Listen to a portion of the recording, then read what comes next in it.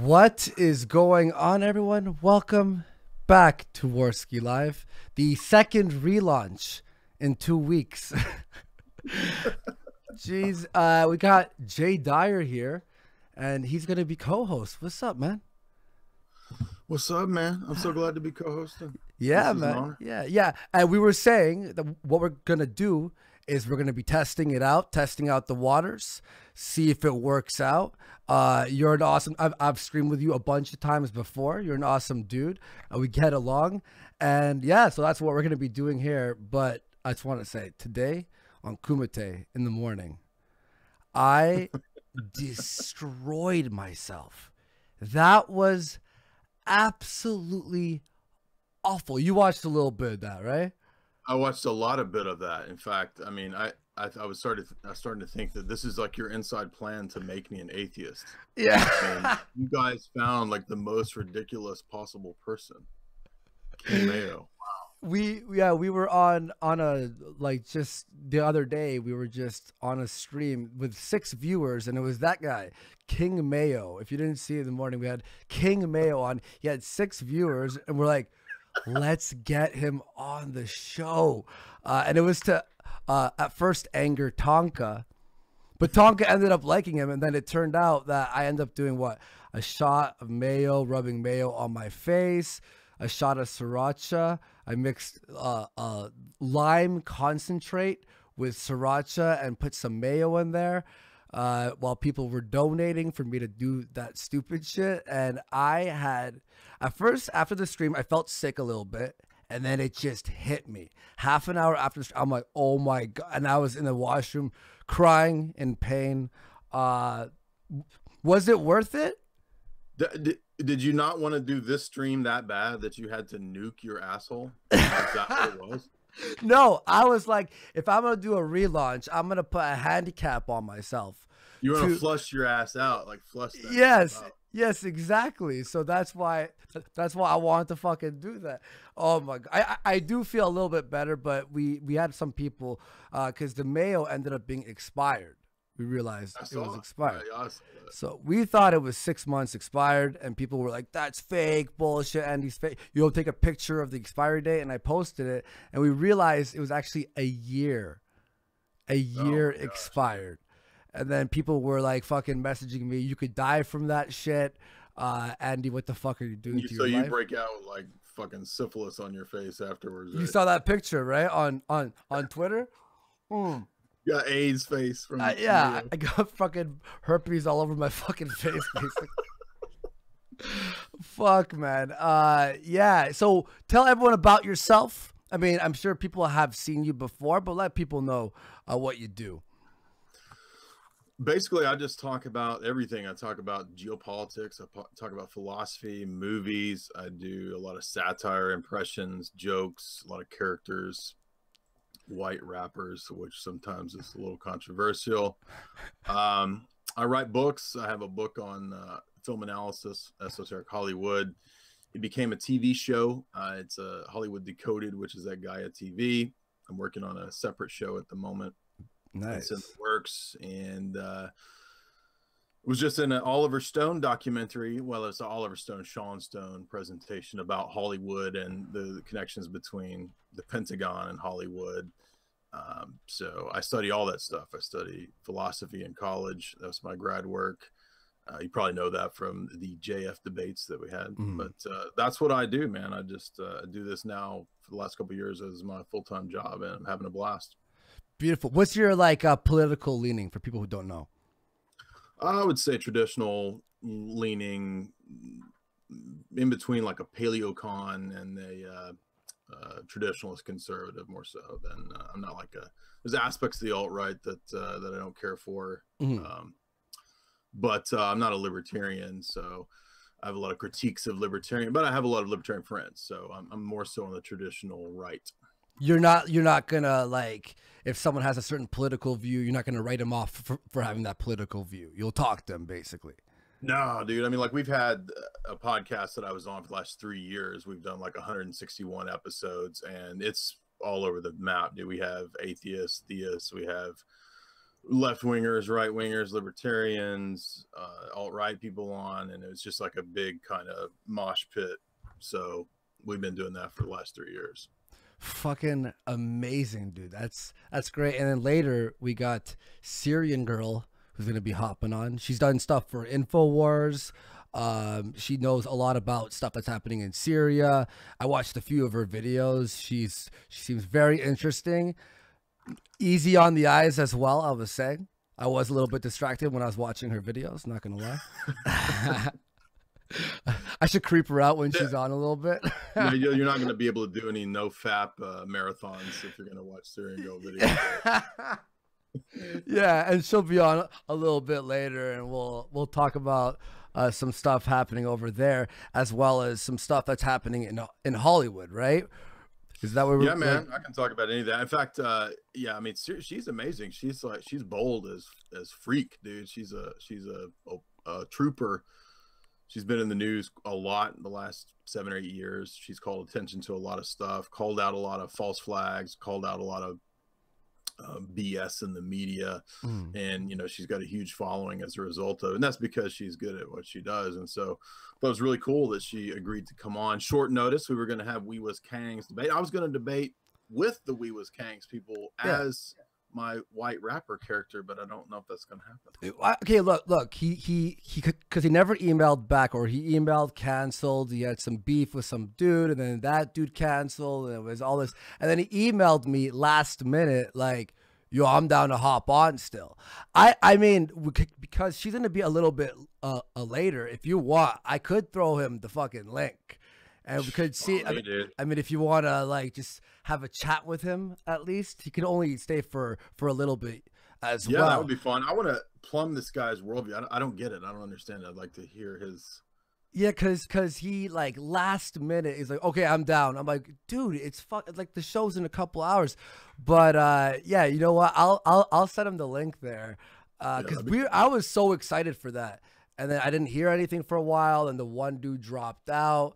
I don't know what they apparently had some massive beef with each other. Hang on, let me say, hey, down to come on now, and I'll send him the link there. Yeah, so because he believes very, very interesting things, and the guy who he was supposed to debate backed out. So, and I told him that. So let's send him the link. I mean, if he's down to hop on, that would be great, because I watched the when you had him and Weibo on. I watched most of that. I couldn't make it through all of it, honestly. But what's the stuff that you couldn't like? What makes you cringe? Like, what's the stuff you don't understand? Any of it. It's fucking insane, dude. Wait. You think it's insane that he believes everyone was black back in the day? Yeah. I don't know. Maybe that's why I can do such a good black guy voice, you know, white rapper voice. Maybe that proves it, right? If he hopped on, would you do that? Would you change your voice to you think he'd be triggered? That'd be fucking funny, jeez. It would be great if he was, right? And by the way, Pop TV through 5 to say, hey, yo, Mr. Mayo. I just the word mayo right now. I can't believe, how do we leave? See, I don't eat mayo at all. So a year-old mayo, that makes sense, I guess, in my fridge. But let's just settle down on the mayo stuff before I fucking, because apparently someone was like, it creates a type of acid that makes your hair. Yep. Wait, what? That was real?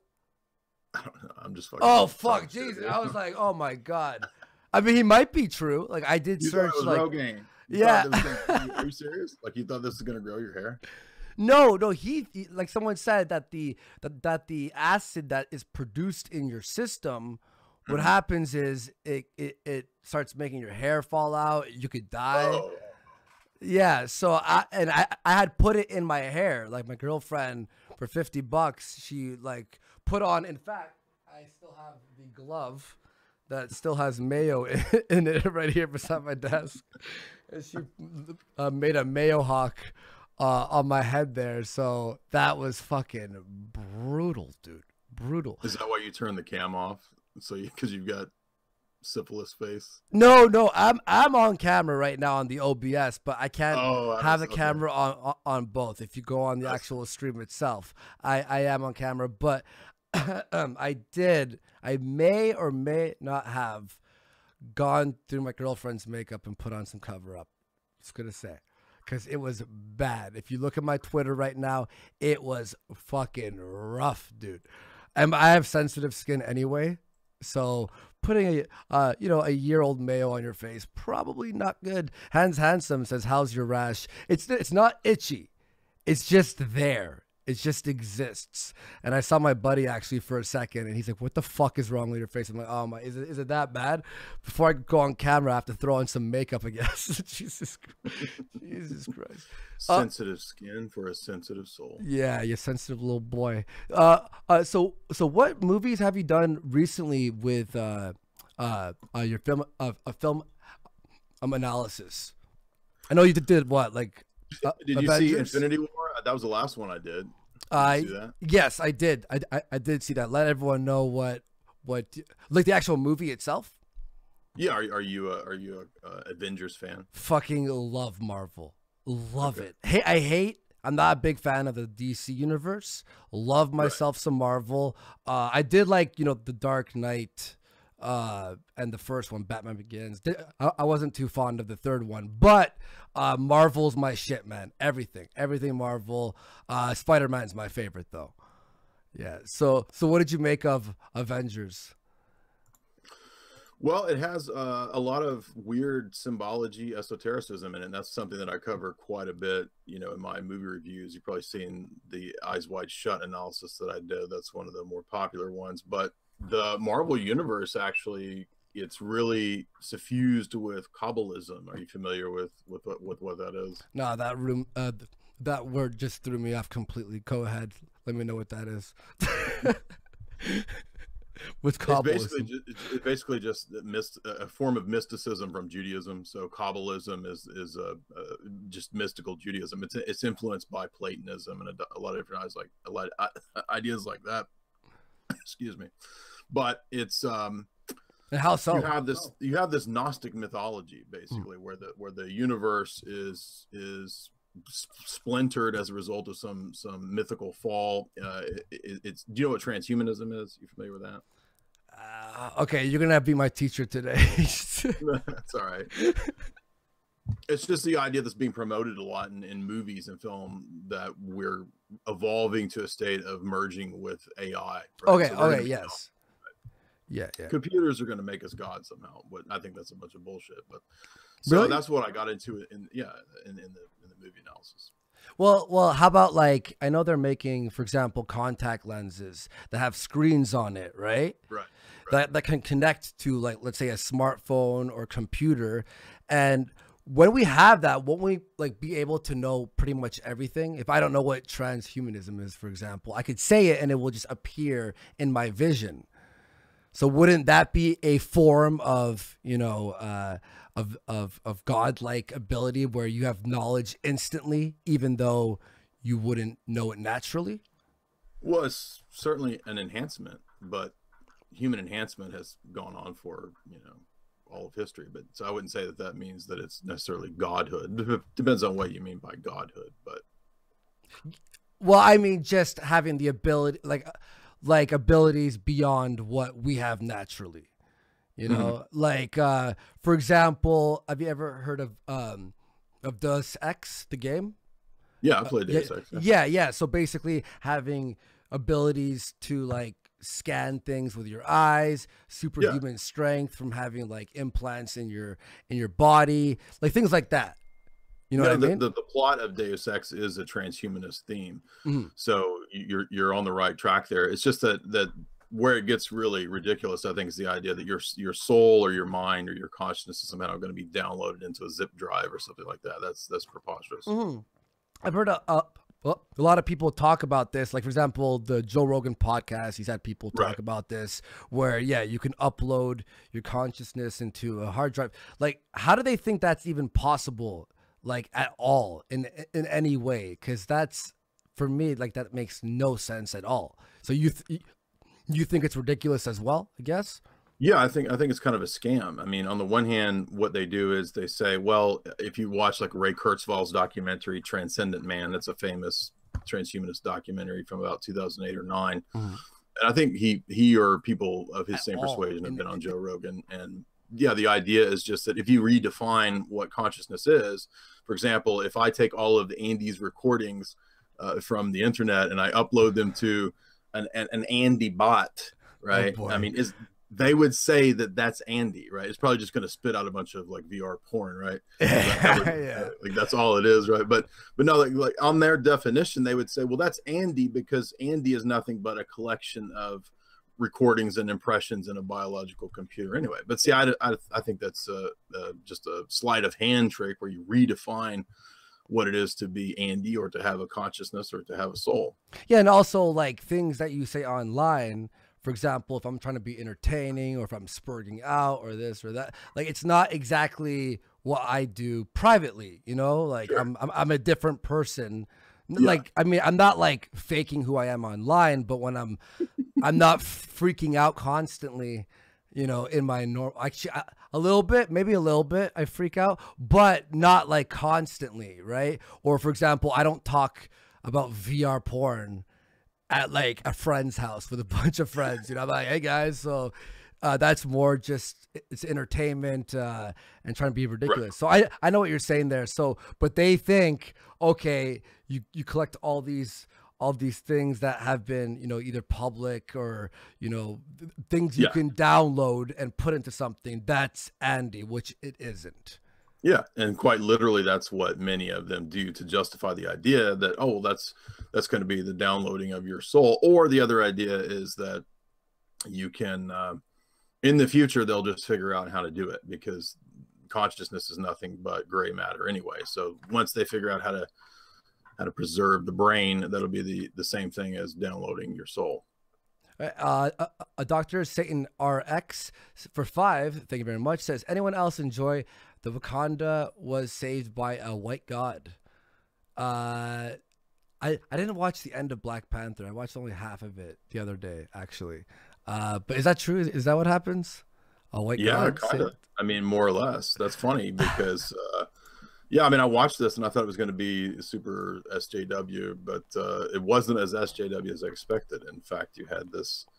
They turned into like black nationalists, and they want to have immigration, and they want to, you know, it's very, very, very bizarre. As it wasn't what was expected. But I mean, again, Marvel is full of a lot of propaganda, so I'm kind of surprised. Really, you think so?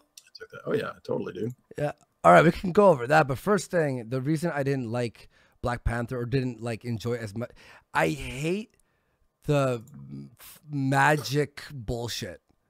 Mm-hmm. You know what I mean? Like superheroes to me is if I were to get, you know, like for example with Spider-Man, bit by a spider and now have like extraordinary powers. I hate this like, oh, it's a magical land and then there's like dreams that give you power and spears that are this. It's just I like Thor to me is like, ugh, I'm not a big.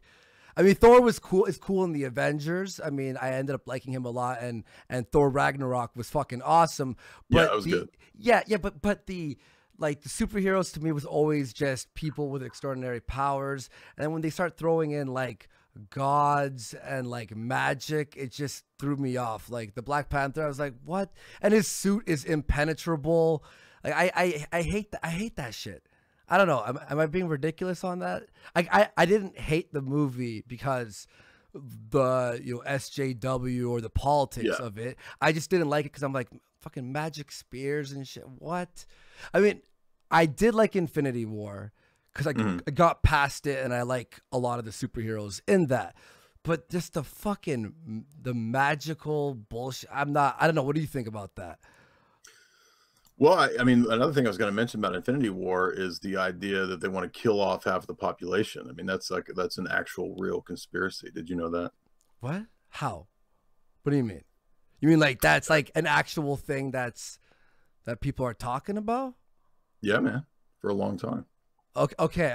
Whoa, holy shit. Okay, we have a lot of ground to cover, I guess. So these shows will get very, very fucking interesting. So why do you say that? Like what's the the conspiracy behind that? So basically, for the last several years, I've done a series on a bunch of books, and it's I call it the Globalist Book Series because it's just an analyzing the books of prominent people who promote the New World Order or globalism or this kind of stuff. And there's no way really to argue against it because all I'm doing is going directly from their books. It's, as you can see, they're all around me. But yeah, I mean, one of the things that's central to this project, all the way back to Bertrand Russell and impact of science on society, or in his scientific outlook, books written in the 30s, they essentially talked about the need to deindustrialize the West and massively depopulate it. So and he's just one amongst many. I mean, he's a pivotal philosopher and thinker. So.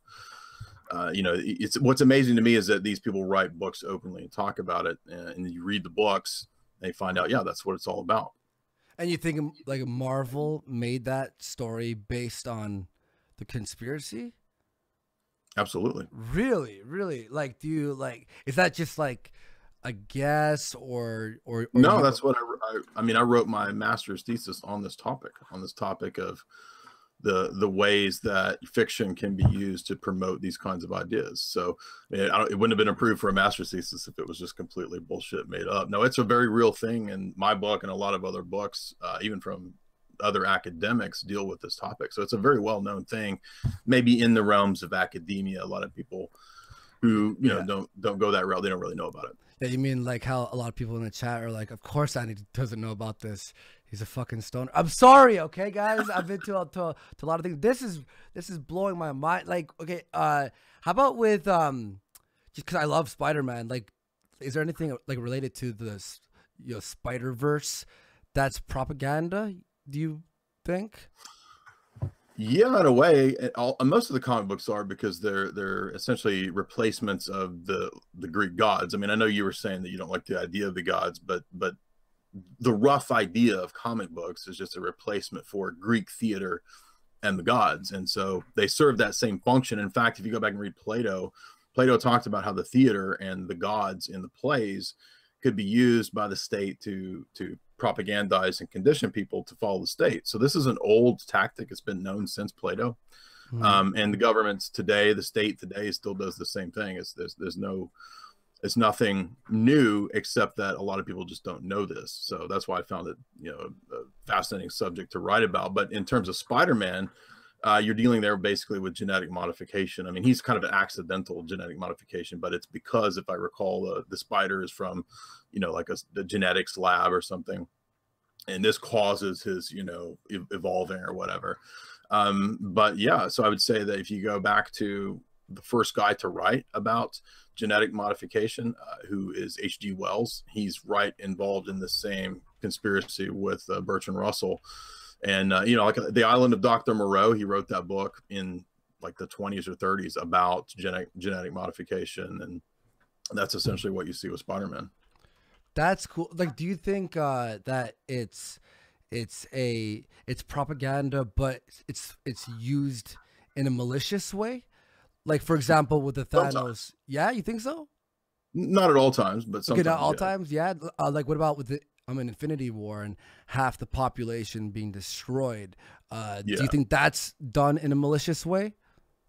Well, I think we'll have to see, where they take the sequel, because they kind of left it hanging, with we don't know exactly what Doctor Strange's plot is or where it's going. But we get the impression that Doctor Strange knows that of all the iterations of time that he saw, the only one that would work is the one where he gave Thanos his section of his Infinity Stone or whatever. So I don't know where they're going to take it, but so far, I mean, for me, if you watch that and if you watch Doctor Strange, it really proves the thesis that Hollywood is definitely working along with the comic realm in the ideas of esotericism, in the ideas of occult philosophies. I mean, that's the whole plot of Doctor Strange. It does tie into the depopulation, because a lot of the people who work in the Pentagon work directly with Hollywood, and they're all on board with mass depopulation. Don't you know about the Georgia Guidestones? Have you heard of that? No, I have not heard of that. So if you go down to Georgia, there's this monument of these guide stones that have been erected. You can look it up online. And basically nobody knows where they came from or who put them there. It's very mysterious, but it really just is a manifestation of that philosophy of mass depopulation, where they say on the guide stones, on these giant rock monoliths, they say we have to get the human population down to 500 million. And you think that they're trying to like do that? Yeah, absolutely. That's part of what I cover in the book series. Yeah. So do you think that like they're trying to, you know, use media to like have people comfortable with the idea that if there was a mass extinction, or half the people, that people are sort of used to it because we've seen it in media so much? Partly, but I think that eventually what happened is that they didn't. It's not about like a necessarily like a bioweapon gets released. I mean, that could happen. Who knows? But I think what became the preferred method was more of the what's called Fabian socialist model. And in Fabian socialism, the idea is to do it slowly. So you have the poisoning of water and food, which Bertrand Russell writes about in his book. He says that diet, injections, injunctions, poisoning the water supply, these are the ways to basically fuck everybody up on purpose, make everybody into a bunch of tranny retards, quite literally. In fact, Arthur Kessler in his Ghost in the Machine, one of the books I covered, he actually says, let's make everybody into tranny retards. He says that in the book. Yeah. Like, wait, that literal. I mean, he's one of these top planner guys, and he says this.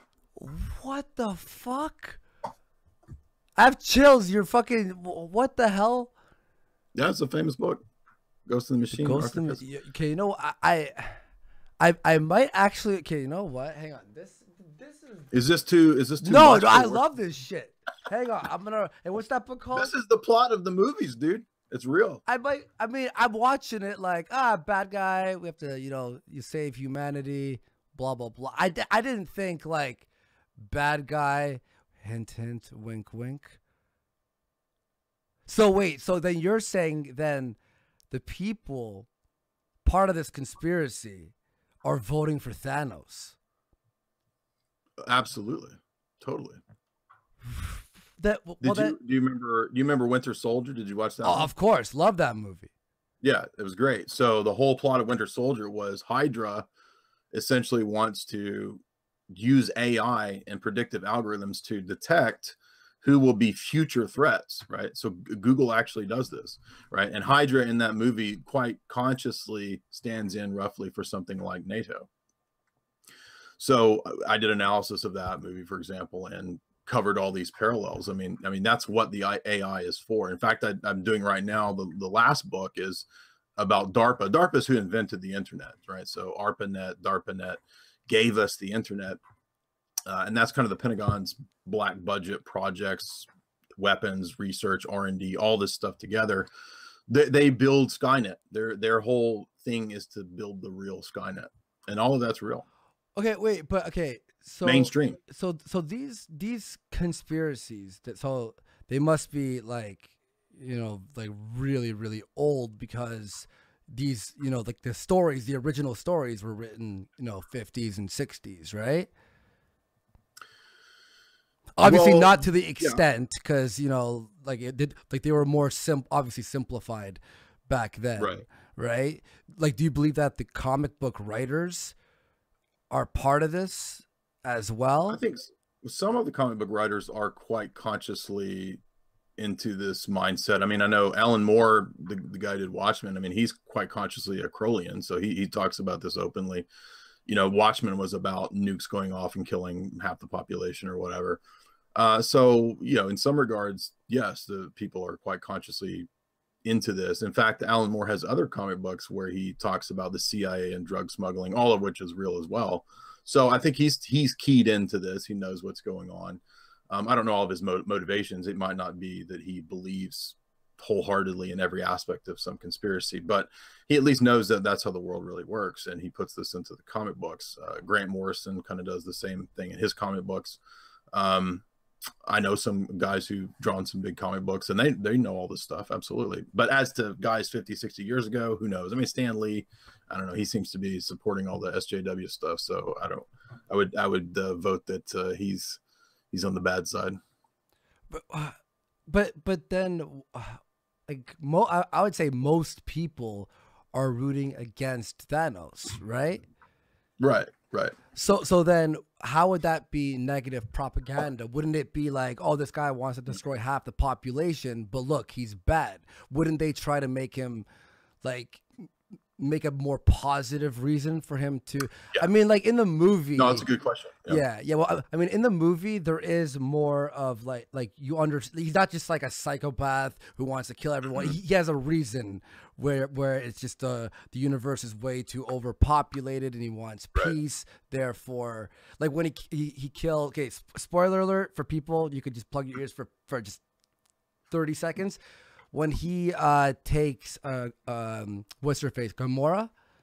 Yeah, and he pretty much, you know, wipes out like half the population on her planet and takes her in as his adopted daughter. And there's that brutal scene of everyone like lined up pretty much, and then they're all just shot down. Like I get his point, but won't most people think of him still negatively? How would this benefit the government or these people running these conspiracies? Yeah, like I said, it's going to depend on where they take it in part two. And then we'll see kind of the reveal as to Thanos' character. But you do ask a good question, because it's not always that the bad guy is portrayed as a good guy. It's not like it's that. They don't even need to make it that simplistic. I mean, if you study psychological warfare, the way this stuff works, which is kind of what I focused on in college and grad school, it's a more of a conditioning process for the most part. So you don't have to specifically make every narrative 100% that dumbed down or simplistic. You can just kind of condition people to the idea. So for example, if you remember the Spielberg movie Minority Report back in 2001 or 2 was all about predictive pre-crime. So the idea that we would have smart cities and that the AI would track us and kind of predict that you're going to be a criminal ahead of time. And so you get fined and arrested because of some supposed crime that you're going to commit in the future. That's actually real. They're going to have that in the smart cities. The CEO of IBM, Ginny Rometty, she goes and she gives lectures about how this needs to be and will be put into all of the smart cities. So the narrative of Minority Report, all it had to do was introduce the idea. It doesn't matter if it's portrayed in a negative sense or not, because eventually it's going to be accepted when the smart cities go active or go live or whatever. So it's the same way with what we're talking about here. It's like it doesn't really have to be that every case has you know, the bad guy exposed as the bad guy, or excuse me, made into the good guy. It's just normalizing the idea. Yeah, it's a conditioning process. Because well, hang on. So wait, first of all, they're making smart cities that will predict if someone will cause a crime. Yeah. Okay, you're blowing my mind. Okay, there's I have to start writing these points down because there's so much. so Holy shit! What? Sorry. Go ahead. I'm just blown away. Bad. I'm just like, holy fucking shit, Jesus Christ. So yeah, this is too heavy for the work. No, I love it. It's gonna collapse under the weight of this heavy shit. I love this shit. By the way, if you're enjoying, remember to hit like, help support the show. We are rebuilding here on the Warski Live, and thank you for everyone who's shown up and supporting. Yeah. So go ahead. So okay, let's say I'll give an example here. Yep. There's a guy named Dan, and he's a piece of shit. Like, we just know this guy has done some stupid shit in the past. Hasn't really, broken the law, but we're all sort of like, come on, Dan, he's gonna rob someone someday, right? Like, it's fucking Dan. So what are the things to look out for to arrest Dan before he fucks up? And even if we have all those, all those signs, isn't there a possibility of him, becoming a reborn Christian, or like having an event that happens in his life that changes his perspective on everything?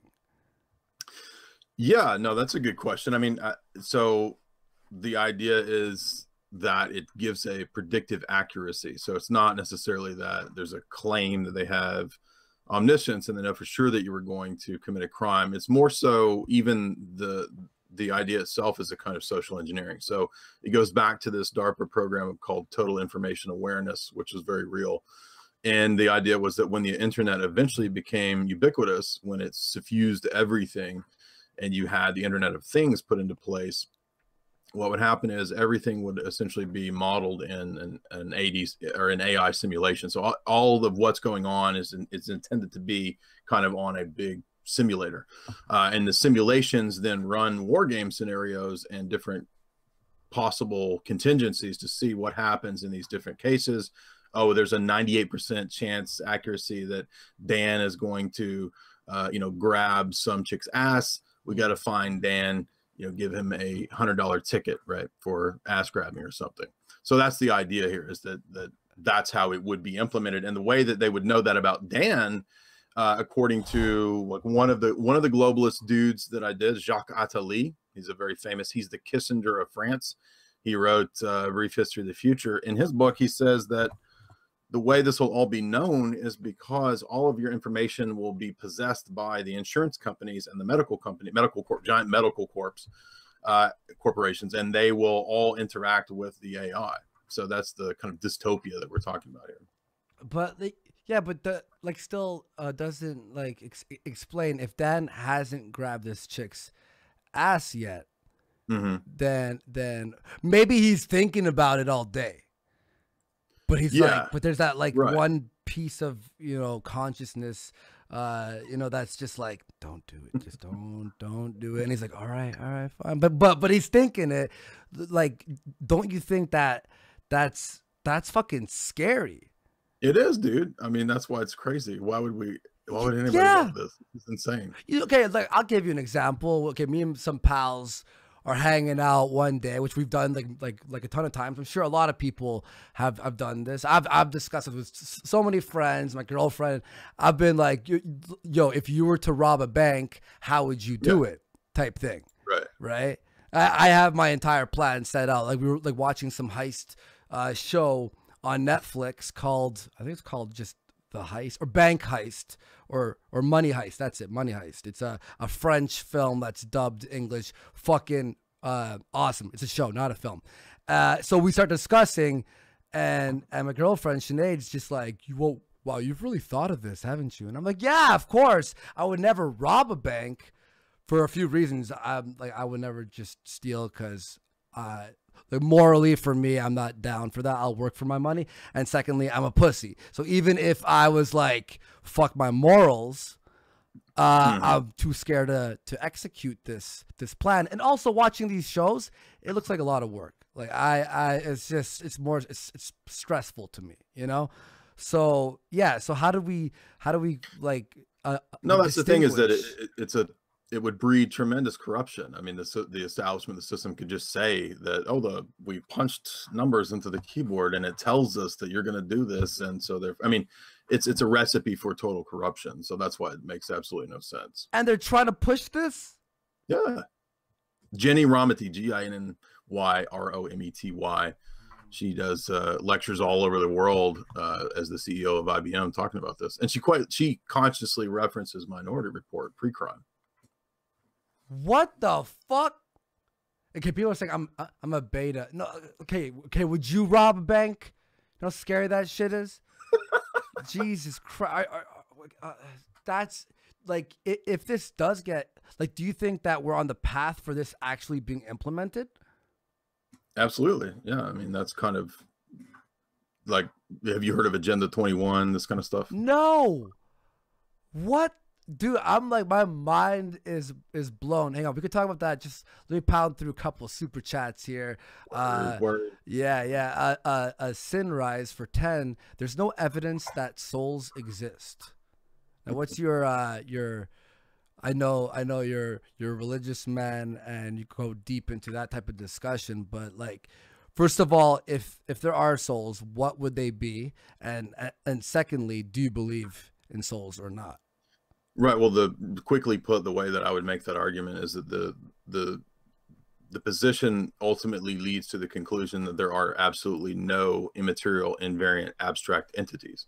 And I think that we all actually believe in immaterial, abstract, invariant entities, even if we don't recognize it, right? So there's all kinds of things that are not conditioned by material flux and process. So for example, logic and numbers, logical laws, these kinds of things aren't material, but we all believe that they have some kind of existence. And so I'm just simply saying that that shows that it's possible that there are all kinds of things that exist that we don't immediately sense in a material way. So the past is not something that you can immediately sense, yet we all have a reasonable belief in the existence of the past.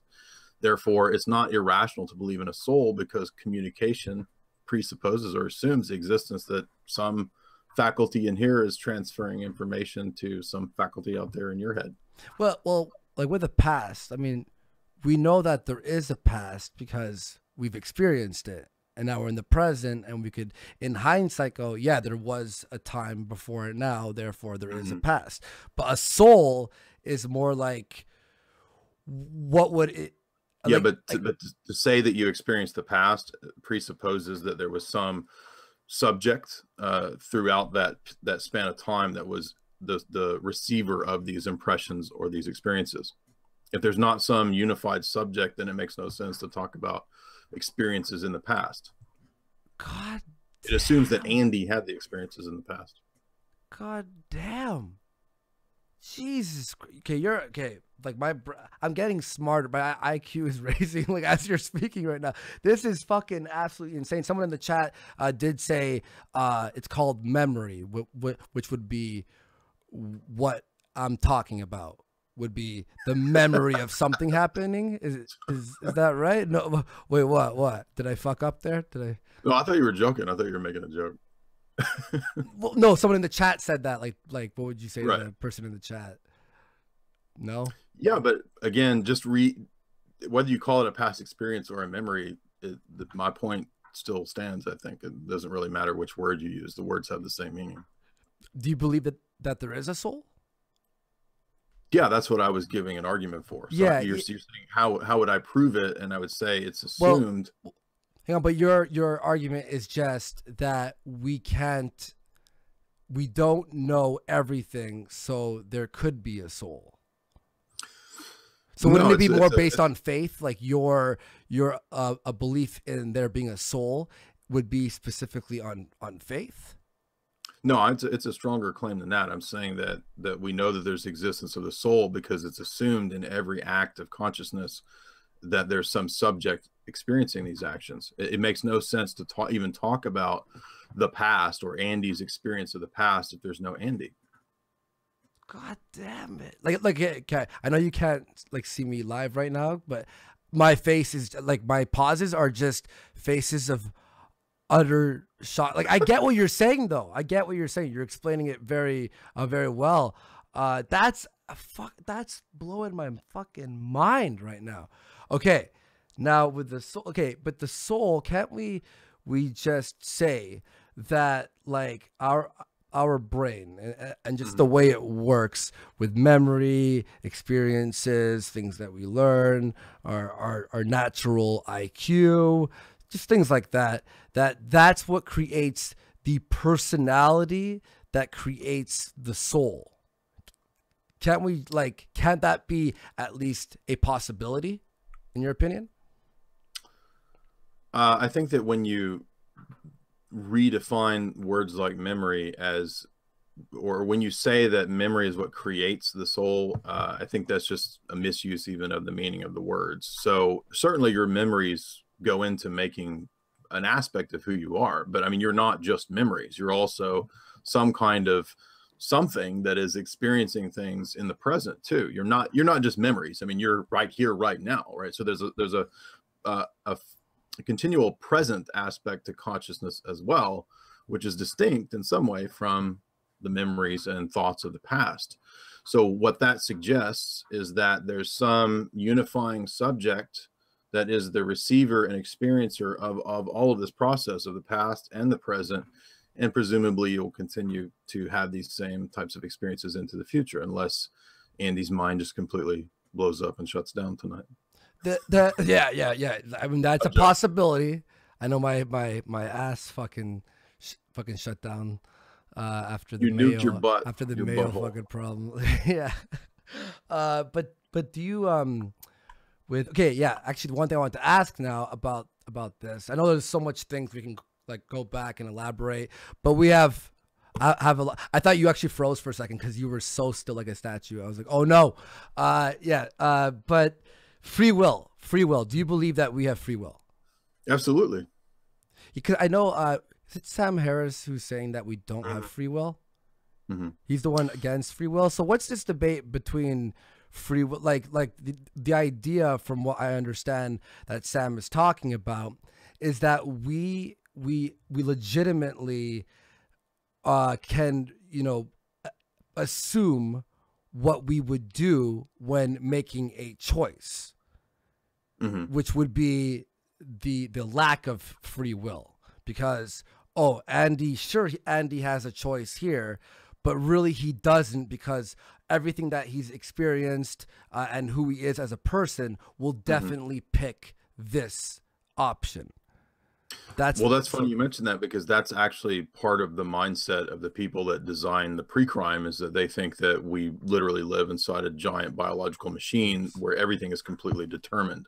So that, I mean, yeah, that worldview, that mindset does lead to the giant robotic simulation where we're all just kind of like puppets in The Sims or something. But the problem with that view, and actually this came up in the JF debate, is that that view leads to a serious contradiction on a logical level, because what it says is that for example, let's take Sam Harris, let's say, or Daniel Dennett's a better example, because I think he literally says we're just computers, like we're strictly biologically determined computers. So Daniel Dennett, the MIT guy, says that Daniel Dennett, have come to this truth that we're all computers. He writes books about it. He puts books out and makes money from it.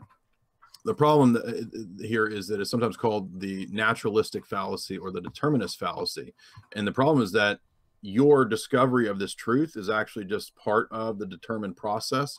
And so it's not actually you creatively or volitionally or having some mental process that quite literally discovered truth. You're just part of that chain of determined chemical reactions. So there's not really a Daniel Dennett that's making this discovery or truth, or even writing his books. It's just pure chemical process. It's no different than a chemical reaction. It's no different than the chemical reaction of the lava coming out of your anus today. Yeah. And yeah, this is sort of like, but that's a contradiction. Because see, I believe in free will after hearing a lot of people talk about it, podcasts and all this, and reading up on it, and like my thought I'll give you my thought process on, like, my layman's thought process on why I do believe in free will. You explained it in a good way, where essentially Andy always does this because he's a like his brain's like a computer, therefore he will do this. But then when we look at people, for example, let's say like an overweight person, right? Have you ever like seen like an overweight person, and then a few years later they're like all fit and stuff? Like their brain just somehow, there was that trigger in their brain where you can be like, oh, Johnny, he was always eating unhealthy, and he'll probably be like dead in like 10 years because he doesn't know how to. And then you see Johnny 2 years later and you're like, holy shit, what happened?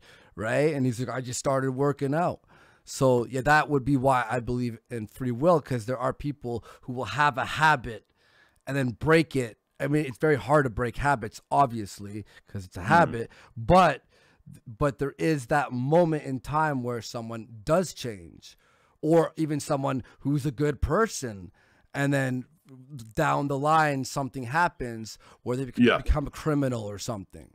So that's yeah, absolutely. There's another way to make the argument where you point out that nobody actually lives as if there isn't free will. Everybody lives as if there is free will, and the fact that everybody assumes that there's some moral culpability on the part of people who do things that are wrong or offend you or go against your morals, or if somebody steals your shit, you hold them accountable, right? You expect that not to happen.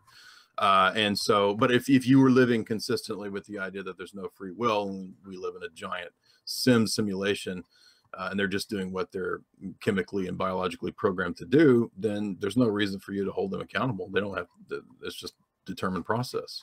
Too bad. So what if you don't like it, right? But we hold people accountable precisely because there is will and volition.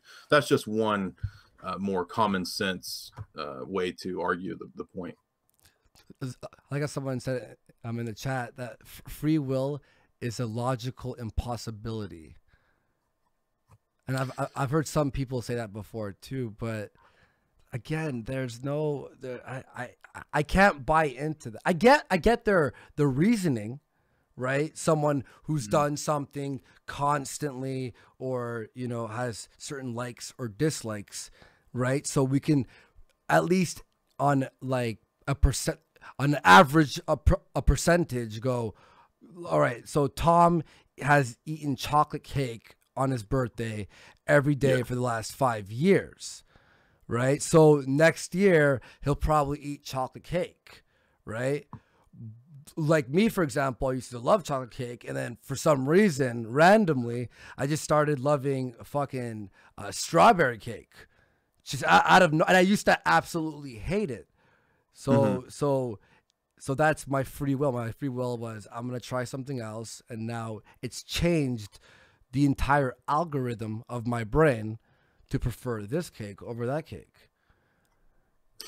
Yeah, and once again, the claim that it's a logical impossibility, that's not actually an argument, that's just a claim. The argument is that if you take that position that there's no free will, then you can't learn or know the proposition that there's no free will. It's very, very simple, actually, precisely because to say that there's no free will means that your process of coming to this conclusion or truth was not really your mind or you coming to this truth. It's just simply, is that what you learned when you think you've learned that there's no free will or consciousness is literally no different than the action of the sriracha lava coming out of Andy's anus. The two actions are no different. They're just meaningless chemical reactions. But you're trying to give meaning to something. It's preposterous. It's a literally retarded level contradiction. Yeah, and we could even say with today's example on Kumite, which, by the way, if you missed that this morning, it's called Mayo King. He came in on the first hour. So, or first of all, his introduction was he opened up he eats 1 gallon of mayo alive a day, and he has diabetes. Do you think he's telling the truth? Do you think he really does? Yes. Wow. Yes, there's footage of it, and his opening was opening the new jar, and he scooped out. He's a nice guy. He was a really cool dude. Very, very self-aware too. Brittany Venti hopped on, and she was like, a lot of people who pull shit like this, fucking like are a little bit weird or strange or socially awkward. But him, no, he's a cool. He's funny too. So my point was, when we saw him and we were gonna have him on the show, I told Failure, and in my head I'm like, oh, I would never ever do that. And then smash cut to today, I got mayo all over my face, in my hair. I drank, and it was expired. And sriracha and the lemon juice. And while I was disgusted, I'm like, that's pretty fucking funny. So I had the free will to go, no, that's fucked up. I don't want to do that. And normally I would never do that, but I was in the mood, in the mode. He was doing it. I was hyped. And then fucking, I'm just giving it's the King Mayo argument for free will. I like it. The King, yeah, exactly. That's exactly what I'm saying. And just first of all, he's really funny. He's like, my doctor said it's fine. I'm like, your doctor did not say it's fine to fucking pound a gallon of mayo. He goes, no, because he says you have diabetes, don't do it. And then he's like, okay, I have these pills you could take. So he said I could take the pills and do it. I'm like, that's not, it doesn't mean he's telling you to do. I'm pretty sure he's like, you're going to die. I don't know. That was absolutely, I'm just giving an example from what happened today. I think Brittany Vinning was getting off on it. Like she was digging it. Oh, I think so. I was too. Yeah. I don't know. I was. But okay, so let's read a few more super chats there.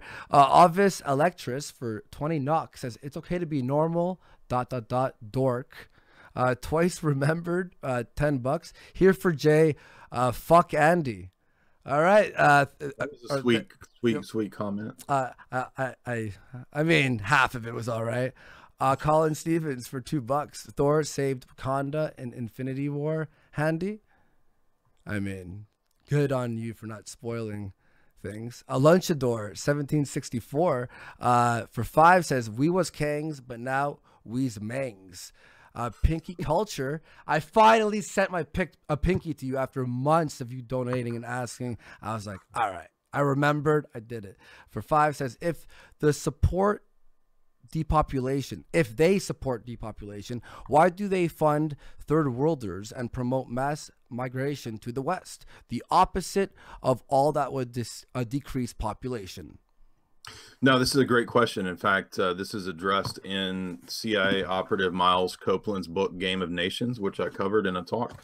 And the answer to that is that you do different programs for different areas for different reasons. So sometimes they will increase population and industrialize a place so that it can be later put into a different phase of the depopulation. He covers that in depthly in that book, by the way. So sometimes the need is for a certain area or a certain group for a time period to increase, then they can be used for migration, weapons of migration purposes. And so, yeah, I cover that as well. I have a video on how mass migration is actually a Pentagon plan. There's a book by Kelly Greenhill, Weapons of Mass Migration.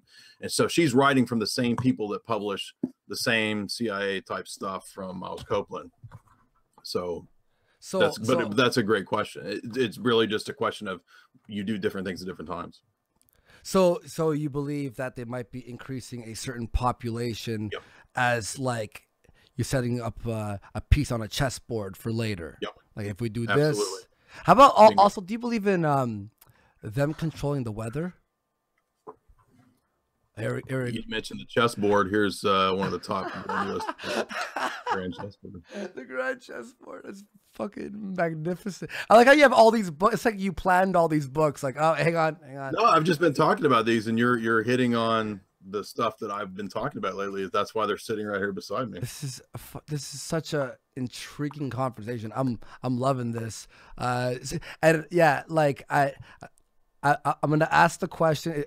The way you explain it, I sort of rephrase it in sort of how my layman brain sort of takes it. I hope that's cool or whatever. Yeah. No, fucking absolutely. And it's not only for actually. I know what you're saying. It's just I'm doing it for everyone watching because you know they're right. No, I'm just kidding. Yeah. So okay. Actually, I want to ask you on that note. Then what would be a reason to increase population to later have it plummet?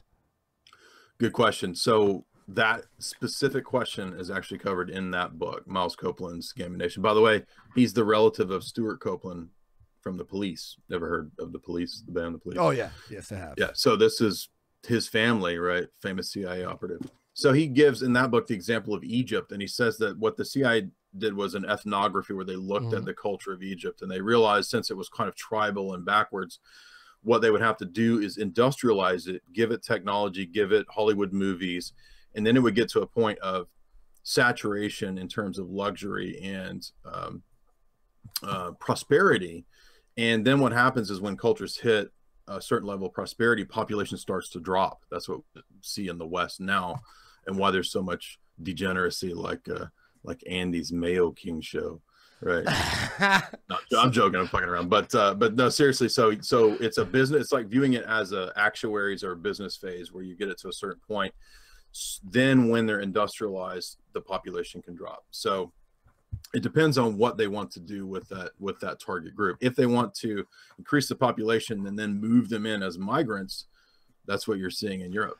I see. So you're increasing a population that will, decrease it. And I don't want to. I'm gonna watch how I word this, but I get what you're saying.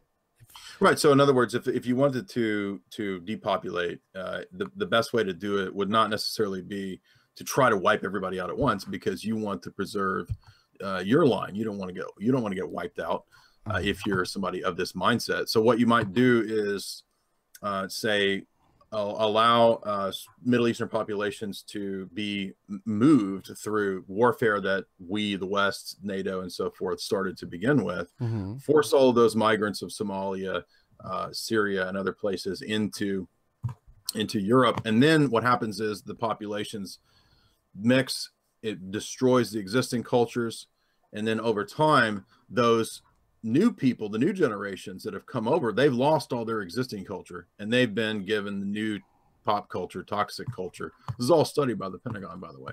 And then they eventually become prosperous, and then the population drops, and that's all covered in numerous white papers. Has any Marvel movies covered this subject? The first one that I can think of that's specifically this was Infinity War. This is why, because it tied in kind of the whole new Marvel overarching narrative. The overarching story was all, the Thor and Doctor Strange and Wakanda and Black Panther, they all tied together. So the whole narrative really was about this in terms of Infinity War. That is so fascinating. Here we go. Freaking, where were we? Andrew J for 5. Jay, can you explain why whites are being targeted first for depopulation? Do you believe that whites are being targeted first? Yeah. Okay. Absolutely. All right. And why would whites be targeted first? Yeah, I tweeted out a picture actually from the Bertrand Russell book that covers this, and he says that the globalist plan, even back in the 30s, was to deindustrialize the entire West, move the production sector to China, so that the Chinese population would be allowed to grow to a certain state. But they wanted eventually to depopulate the West and whites because they are not as easily malleable and manageable. So you have a tradition in the West of Magna Carta, of these ideas of self-governance, independent governance, nation states, all this stuff. That's not as understood or prevalent in Eurasian, Far Eastern cultures. And so I'm not saying that everybody there's evil. I'm just saying that they have a more of a history of collectivism in an extreme sense, and the West has had more of an idea of individual rights for various reasons throughout the last several thousand years of Western culture. So that's a big part of why they have to be targeted. It's precisely because they're the biggest threat. I mean, sub-Saharan Africans aren't really a threat to Bill Gates, right? If you're Bill Gates. Yeah. God, that's... But if you're Bill Gates, you do have to make sure that everybody gets 60 vaccines by the age of 3.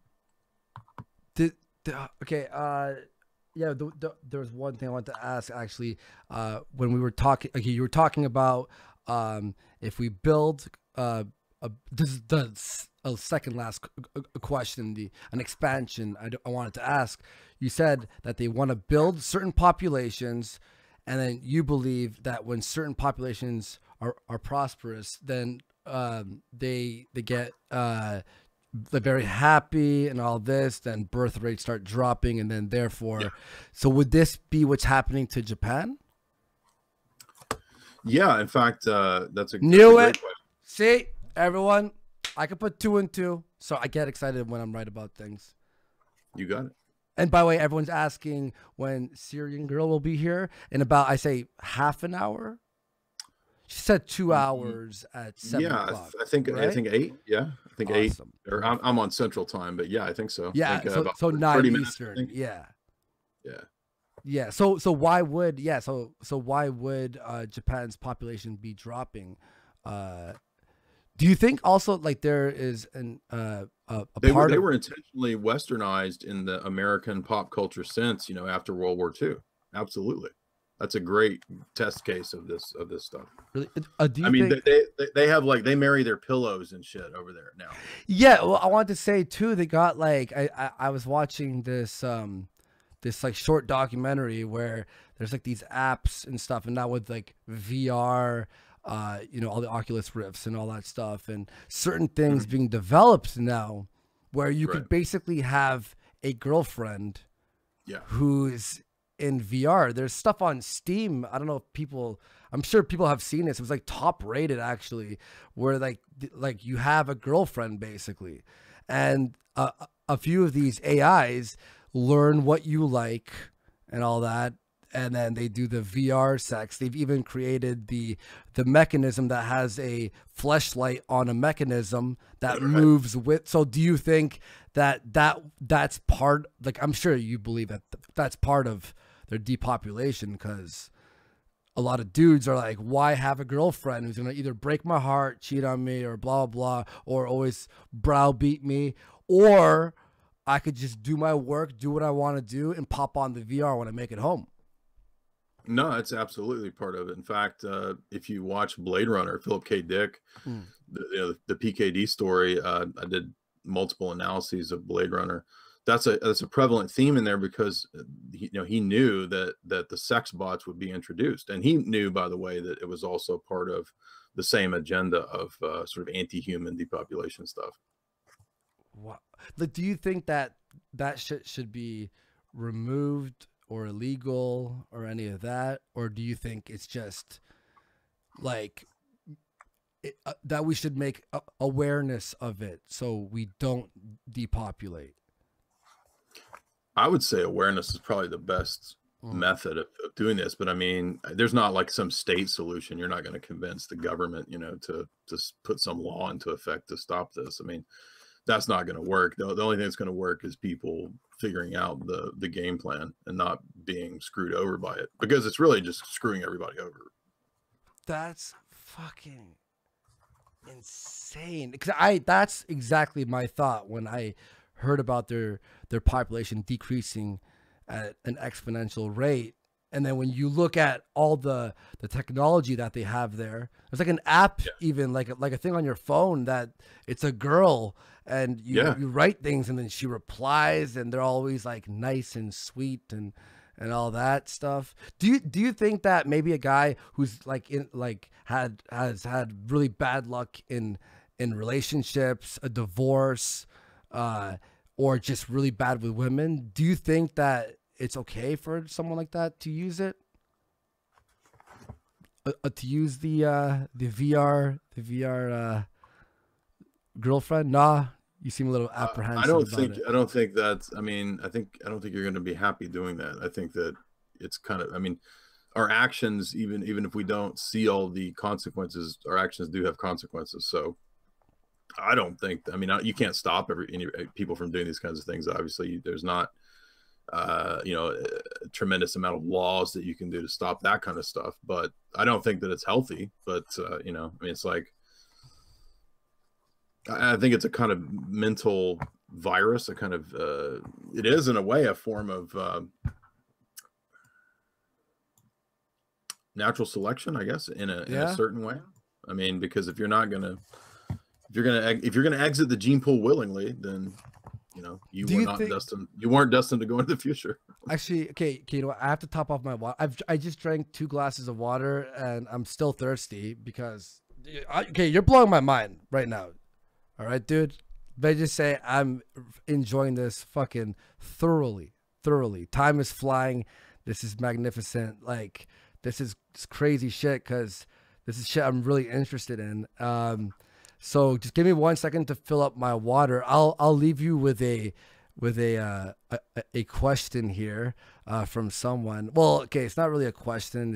It's Kyler first for 2 saying, "Don't be making universal claims, Andy." Not Lex for 5. "Please, Jay, you're blowing Andy's food poisoned mind. Don't tell him about books either." Kyler for 5. "On a more serious note, this has been a great show. You and Jay have good chemistry, with you bringing up pop culture and Jay getting real with it." Dan Cannon for 5. "You guys following the Job Breakers Indiegogo 300K and counting?" I don't know what that is. Do you know what that is? No, I have no idea. Epion Wing for 5. "Kingsman also had depopulation. What do you think about the media turning everyone against each other, sex, race, etc., so we don't focus on corporations?" And I'll grab some water while. All right, just 1 quick second. Yeah, well, first, I'm glad you mentioned Kingsman. I did a pretty in-depth analysis of Kingsman, and I was pretty blown away by the fact that the plot was self-consciously in the same vein. I mean, you had the main character being recruited off the streets into British intelligence. I have a lot of analyses of the history of British intelligence and all that stuff, especially from Ian Fleming, who's, you know, the creator of the James Bond series. Ian Fleming himself was involved in a lot of black ops and put a lot of real stories into his fiction. And so what we have with Kingsman is kind of a variation on the Bond theme. But in that storyline, you have British intelligence being portrayed as somehow opposing this agenda. No, I mean, they've been at the forefront of pushing this agenda.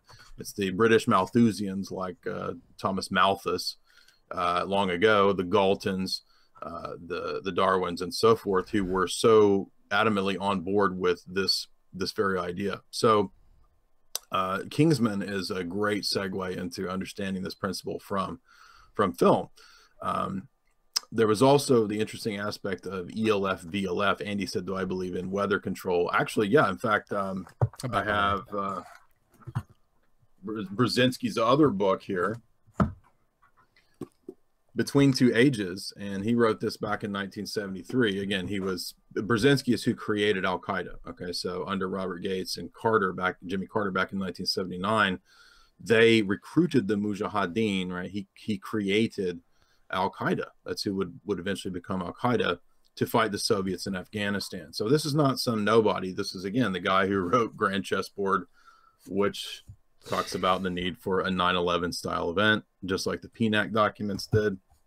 Well, Brzezinski's 1973 book talks about controlling the weather through ELF and VLF.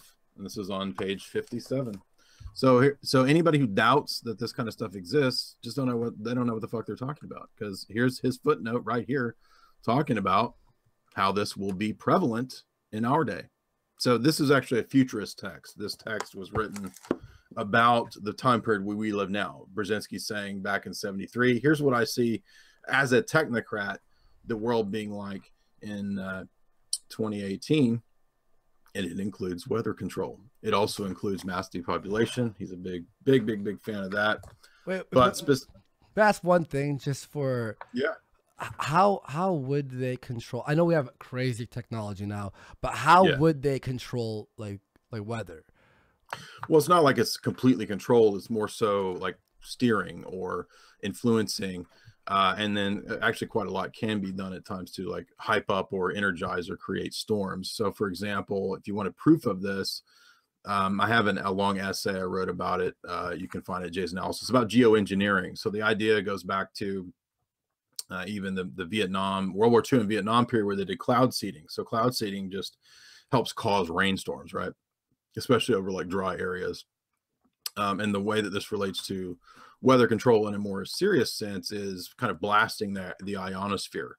So HARP is real. HARP does this. You can go to Navy.mil. They have papers about plasma clouds and HARP. It's all public. So it shouldn't even, to me, it's odd that people think that this isn't real when there's all these published papers on it. It's a public thing. You can go to the Stanford VLF group. Stanford University has a whole page about weather control. They have a whole department dedicated to it. And yet people are going to say that this doesn't exist. They just don't know what the fuck they're talking about. But I have to deal with this all the time. So, holy shit. What about floods?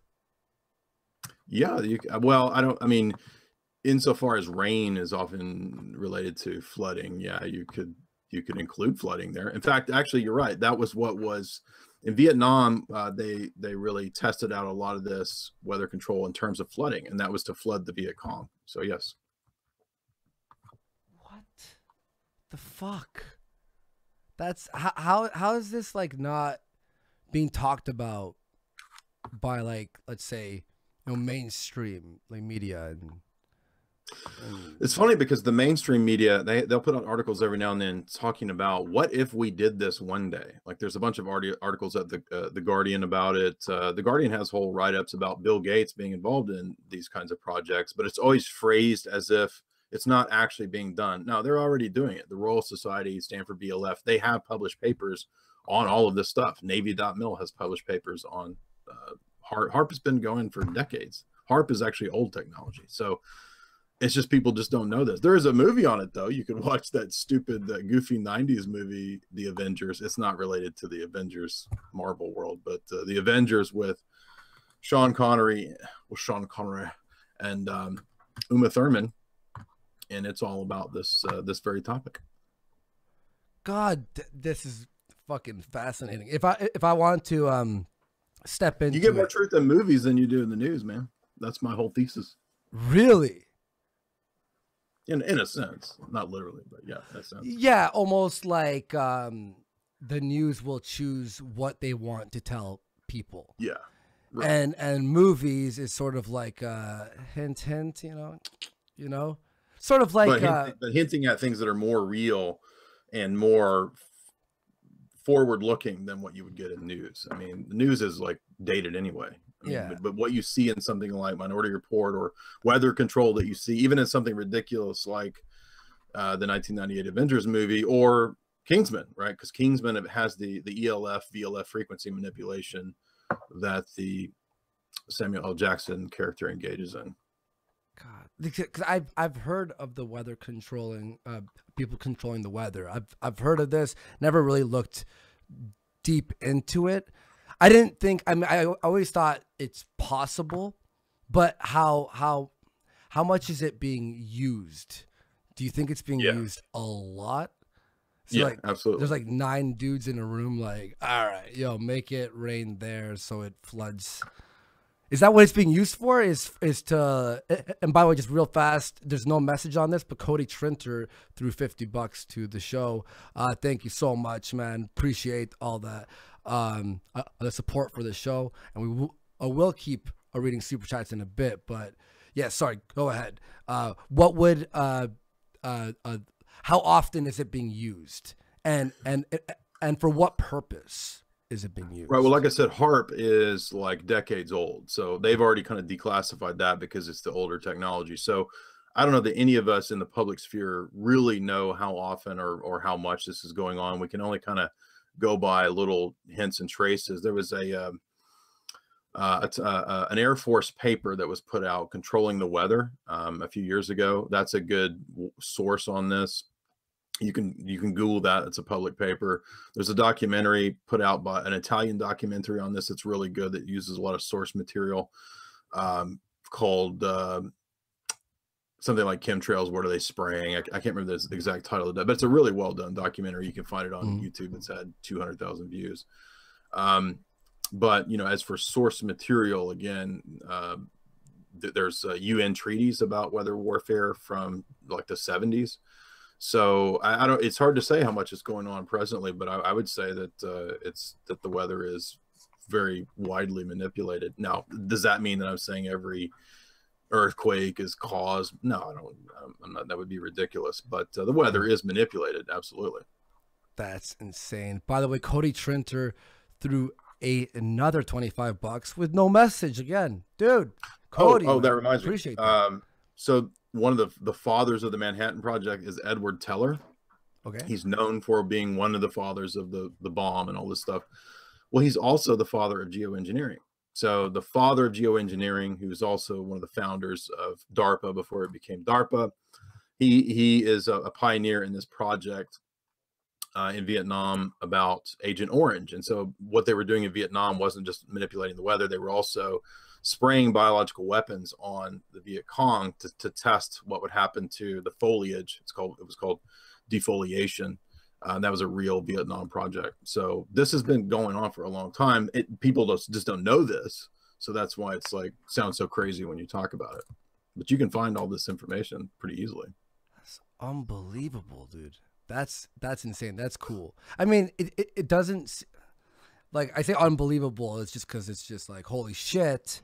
Because, you know, most people going along their daily routine, you know, don't think about this shit. You know, a lot of people will just go, no, that's not true. That's not real. That's, and I mean, it's unbelievable when we like really sit back and go, like, do you think that there's like, what, 6 guys who know everything? Like, you know what I mean? I would say, yeah, at the top of, towards the top of the pyramid, you do have people that pretty much have a total outlay of the whole system.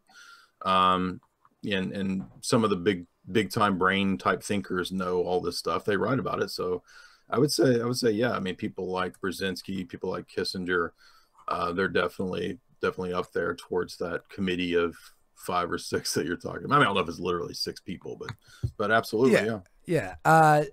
But okay, but for those people who have exposed certain things, right? Who have, you know, said things that certain people might not want out there, wouldn't they be assassinated, or would it be too obvious? Like, he said this and now he's like ends up dead. Like, do you think that these people have a target on their back? Are there people trying to assassinate them, or is the government just going, people are not going to believe this shit anyway, so who cares? Both. I mean, it depends on the situation. Gary Webb, famous whistleblower, he talked about the Iran Contra and the government running, CIA running cocaine. He didn't make it. So Gary Webb was quite clearly assassinated. So yeah, whistleblowers get killed all the time. But at the same time, it's also kind of true that a lot of whistleblowers they don't even care about, because like right now, there's people who were whistleblowers about the Franklin cover-up, whistleblowers about Savile and all that kind of stuff in the UK, and sometimes they don't even care, because if the culture is degraded far enough, it's not like if you just tell enough people that the masses are going to somehow like change the system, right? Yeah, and here's actually something someone donated, and we will read them all in order, but there's one that popped up that's sort of relevant to what we're talking about. We don't have to go too deep into it if you don't want to, because I know this was like there was something like really sketchy when this happened. But Jared Vance for 20, Jay, what are your opinions on Pizzagate? Also, there were 2 major busts of CP activity this week. One dude with 58 terabytes of child porn in Collins County, Texas, and 2 guys who ran Elysium in Germany. Any connection?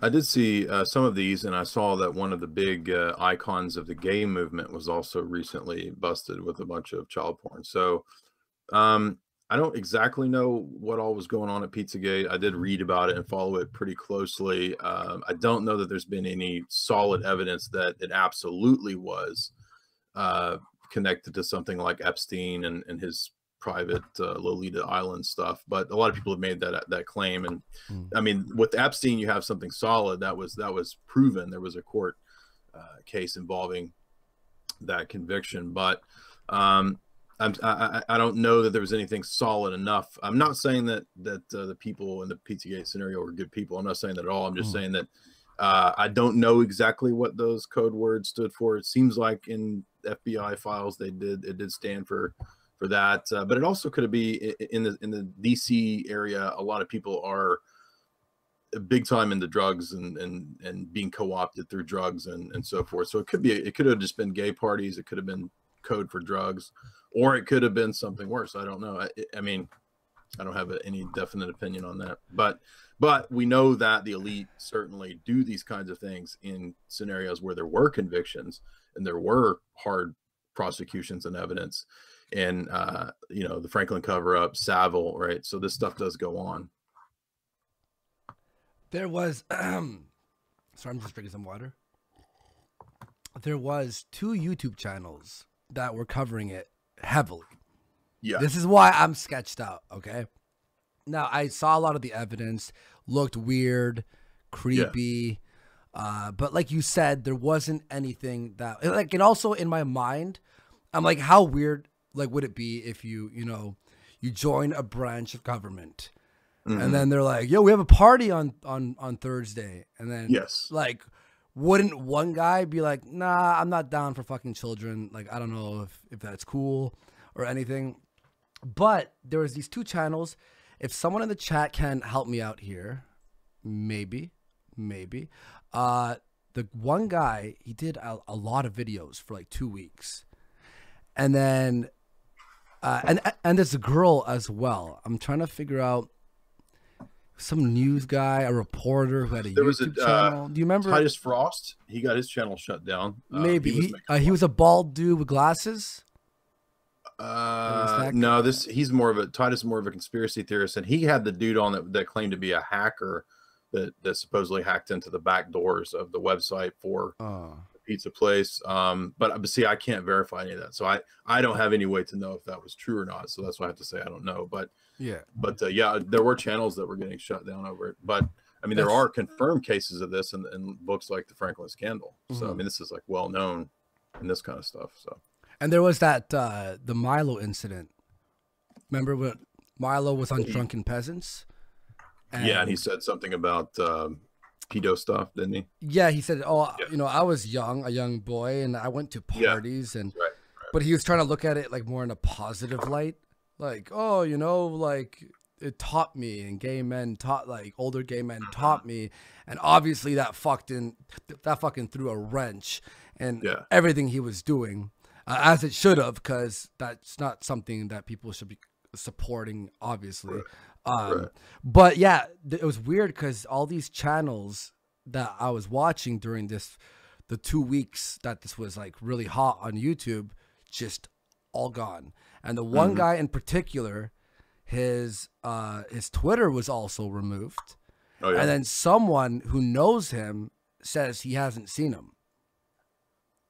Like he's like, he was a buddy of mine, and now not only is his YouTube channel gone, and he was getting a lot of fucking views, a lot.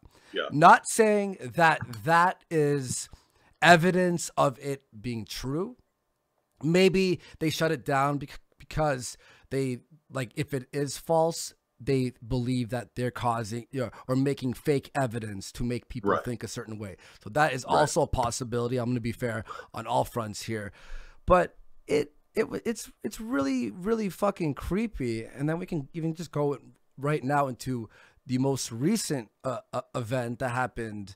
I thought when I sent you the link and I brought it up on Kumite, everyone's like, this is 3 weeks old. And I'm like, oh shit. The girl from Smallville, the blonde chick in Smallville, which was the Superman show, got, like, there's like a Hollywood Reporter did a story on her being in some sort of human trafficking thing, but it's not 100% proven or something like. No, I think she's going to court over it. She's going to have to deal with this. And the idea is that she branded these women into the cult with like a hot iron and stamped them with the symbol of the cult. And it was directly connected to Smallville and this TV show, and the Keith Raniere, I think, was a producer on the show, if I recall. But she's also intimately connected to Maria Abramovich, who was the spirit cooker that the Podestas were BFF with in terms of the whole Pizzagate narrative, right? So Allison Mack was a huge fan of Maria Abramovich, and Maria Abramovich was connected to all the Democratic Party stuff. Allison Mack is a big supporter of Hillary. So you have a direct connection to the Democratic Party here with this story. And again, this really proves the whole thesis of my book. I mean, this came out after my book. I wrote my book 2 or 3 years ago talking about this kind of stuff in Hollywood. So there's proof. Fucking unbelievable. Is this like one of the first major incidents that have happened that, like, we have proof on? Because there's always been, I mean, besides Harvey Weinstein and shit like that, obviously, but like an actual cult like group, the first one, right? Because I haven't heard of any, like, I've heard obviously stories, possibilities, but not like this chick is going to court for this. That's a good question. I mean, you've always had cults in Hollywood, and people have written a lot of books on sex cults in Hollywood and that kind of stuff. But as to actual court cases, probably the closest thing that you could come to would be the stories that Dave McGowan wrote about in his book, Weird Seeds Inside the Canyon, where there was a lot of Laurel Canyon, Hollywood music industry people back in the 60s that were involved in similar type activities that did have court cases, most famous of which would be the Manson. So Manson cult could potentially fit into the same category. God damn. Why do you think it's so fucked? Like, I don't, like, it's just unbelievable to me that, like, actors and producers, and do you think just power corrupts, and then it creates this, a tradition almost? Like, yeah, that's a good way to look at it. I think that the system that we live in is not really the way we think of it, right? I mean, most people think, oh, you go to Hollywood, and if you're a good actor, if you have talent and all this crap, that you'll make it. No, that's not how you make it. It's who you fuck, and what degree of degradation you're willing to go to most often.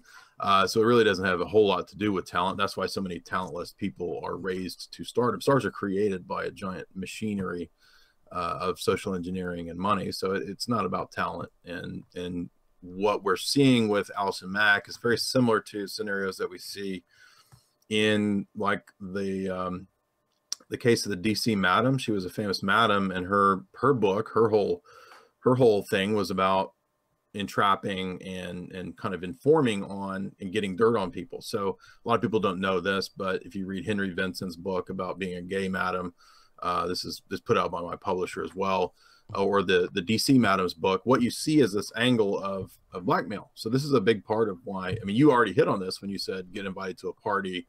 Hey, here's this scenario. You would think most people would say no to it. Well, a lot of people don't say no to it, so they get blackmailed very easily. Yeah, like, oh, you'll be, like the star of the next blah, blah, blah. Therefore.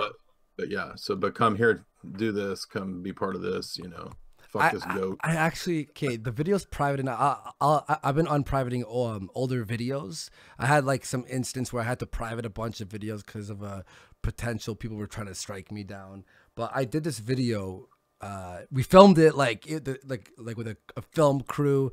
It's crazy quality. It's really good. Where I'm visiting my agent, my manager, and I want to like reach the next level. This is when I was like, I was what, 4,000 subscribers or something like on YouTube, and the premise is, I've been doing all these things. I'm ready for the next level, and my manager is like, he's like, all right, now we have one more step for you to be famous. And I'm like, all right, what is it? He's like, we're gonna drive down to the fucking zoo, and you're gonna suck a donkey dick.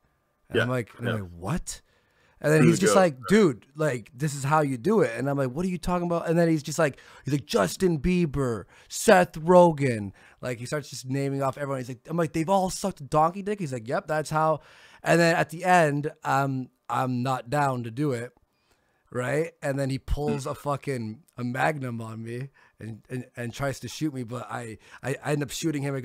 I grab his arm, which that was a huge issue, by the way. When we filmed that, we were filming at the University of Toronto Library in a private room, and it's all windows. And someone saw us hold this gun that was a replica, and we had to leave. We had to film the last scene and fucking book it. The end was rushed, but we got in a lot of trouble for that, actually, for bringing a realistic weapon into. But it was obviously a prop. It wasn't like we were using a real one. But like the whole premise is to be famous. So I was on to something. You were already onto it, dude. Exactly. And I wrote it as a fucking joke. Dude, see, I knew it. But obviously mine was exaggerated to suck a donkey dick. But if you're going to be like, I mean, we look at Harvey Weinstein. That's like painting on the wall, I mean, the writing on the wall fucked up that whole phrase. But it's just like, okay, so this guy, he was like what, the Miramax guy, right? The Weinstein company or whatever. It was Miramax and a bunch of other companies. And coincidentally, everyone hashtag me too. He did this, he did this, he did this. It was like so obvious to me. Like there is an obvious like, hey, you suck my dick, you have the part. Yeah, no, that's casting couch. Everybody has known about that. But yeah, I think that Weinstein stuff was, I mean, I'm not saying it wasn't true. I'm just saying I think that was deflecting from like all the creepo pedo stuff. You know what I mean? That they were deflecting it off into this guy who was doing casting couch stuff. Everybody's known about that since the beginning of Hollywood. Yeah. Well, nothing new in that. And also, John Travolta, that whole thing came out with him. What? Yeah, right. Yeah, all the gay sex there. I mean, look. If someone is gay or whatever the fuck they want to do because they want to, whatever.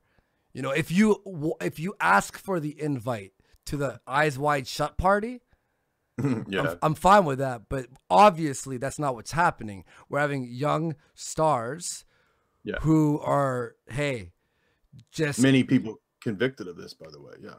fucking. How is there not like more investigation into this? Exactly. It's because people in Hollywood have a lot of power. That's why.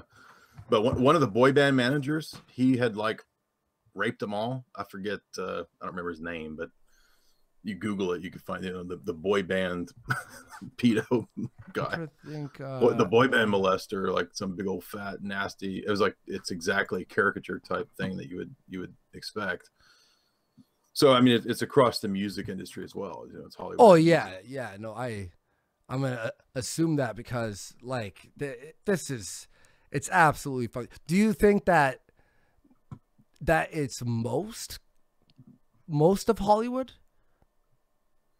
Or do you think, hey, yeah, there's some good eggs, you know, who just want to have a good actor, not indie studios or whatever, but I'm talking about like the major studios, the major producers and all that. Do you think most of Hollywood's just fucked like that?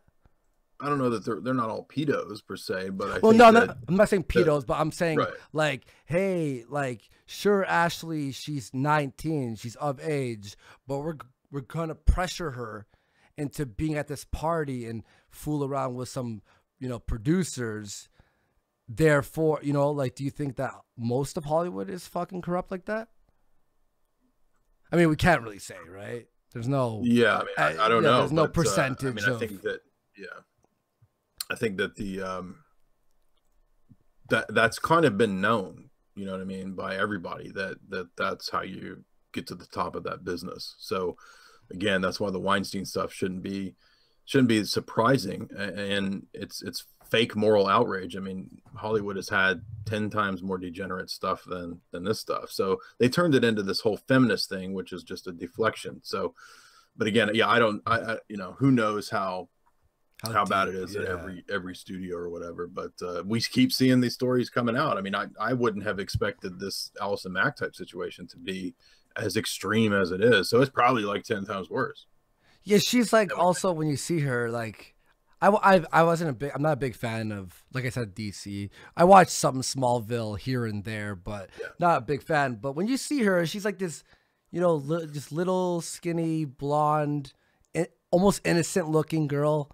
You know, like you wouldn't say like she's got, you know, a circle of chairs and candles around it and like hot branding. Yeah. So that was part of the charge, right? Was the branding. That was an actual.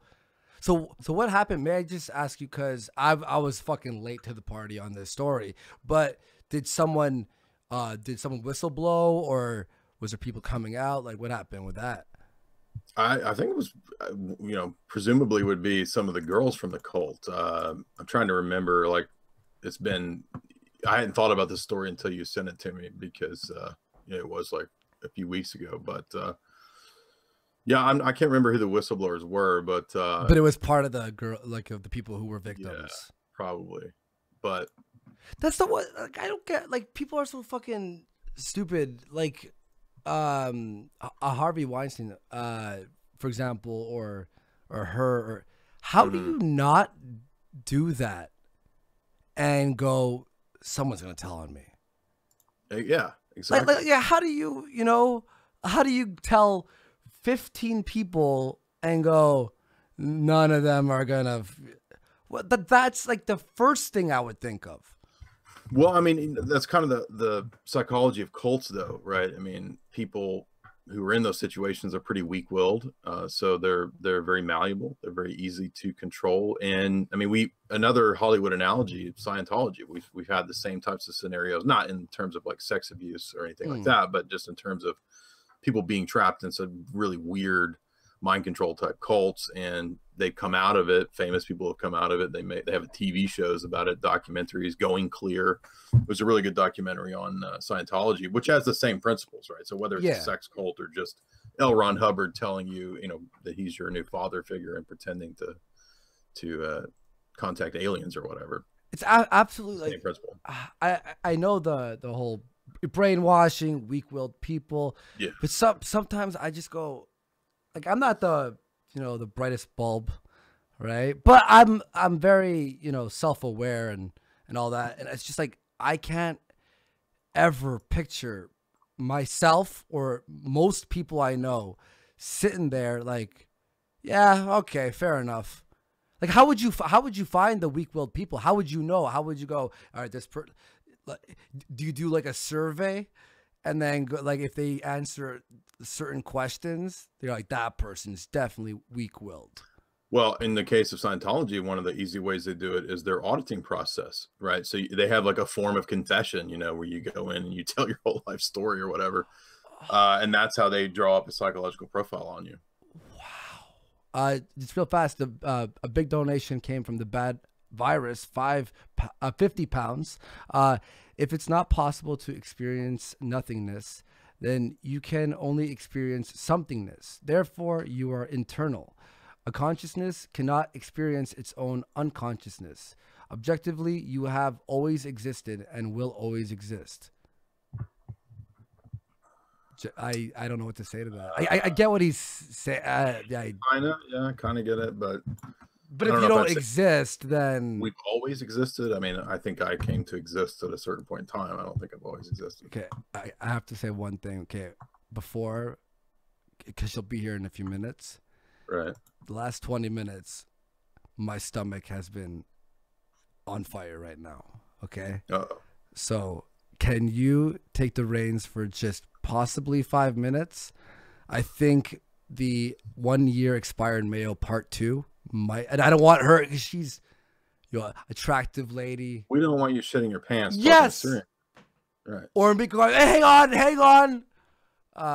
But also, by the way, you'll be chocolate syrupy guy and she'll be Syrian girl. And then, okay, if she's in, be like, hey, Andy, how was how was fucking your girlfriend? Like, just make it like I was doing something too cool. Like, yeah, no, I was fucking crazy, man. Like no fucking problem. Andy was in there squirting diarrhea everywhere. No, you cannot. Why would I? Oh, no.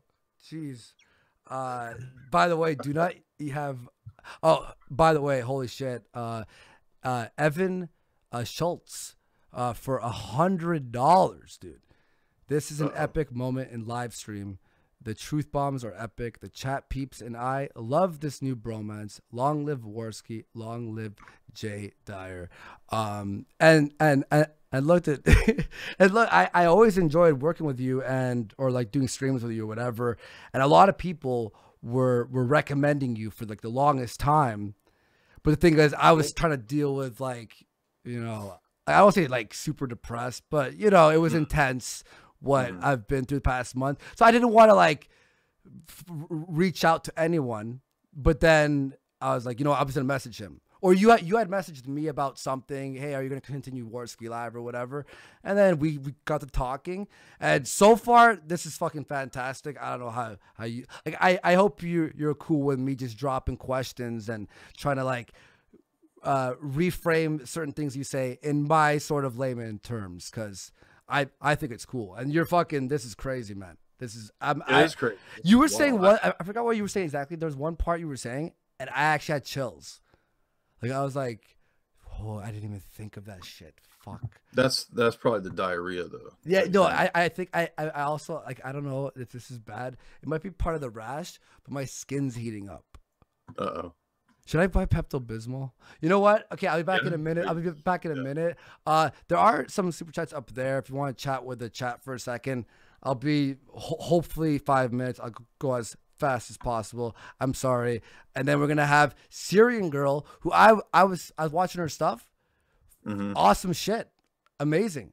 There's some stuff I was like I didn't even think of, with talking about like the possibility of World War III happening. The possibility that America is antagonizing it to happen, which might even go to what you were talking about the population control, the being wiped out. Wait, actually, before I go, do you want to like I've heard this is a joke from Bill Burr. He's talking about how we need a massive flood, or we need something. So his joke is, so traffic isn't so bad. Like that's, you know, so that when you're in line at the deli, the dude in front of you is like, oh, I don't know what I'm going to get. So that's his joke. Do you think that maybe if there was some sort of half, you snap your fingers like Thanos and half the universe just vanished, do you think it'd be beneficial? No, I think that you know, I'm pro life, pro human. I think that people should exist. I don't think that the half the population should die. In fact, I think that cities, metropolitan situations are, they haven't always been, but they actually are engineered to box people in and make them miserable. And this has actually been studied. Bertrand Russell discusses it. Brzezinski discusses it early on in his book Between Two Ages that I showed earlier. So actually there's intentional ways to give the impression that there are too many people, you know, obviously too many people packed into Beijing or something. Yeah, there's too many people in that area, but there's plenty of room. And actually a lot of people have shown this. It's demonstrably provable that there's plenty of space for human beings. The planet is not actually overpopulated, but there's a lot of propaganda to give that impression. Well, how about resources? Certainly some resources could be could be like in a certain area you could have like not enough water for everybody in Beijing or something like that. Sure.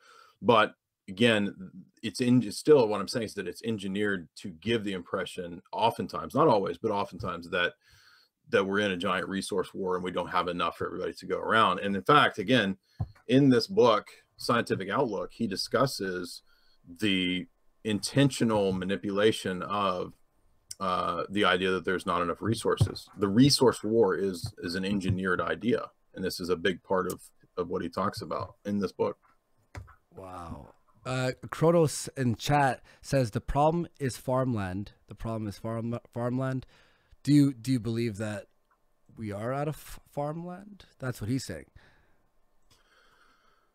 Well, again, I mean, in an ideal world, yeah, we could, everybody could have a plot of land. In fact, there's plans that have been discussed in Russia to try to allocate plots of land to people, like individual citizens. And so that kind of an idea, I think, is very positive, very forward thinking. That kind of a thing is where we should be taking things.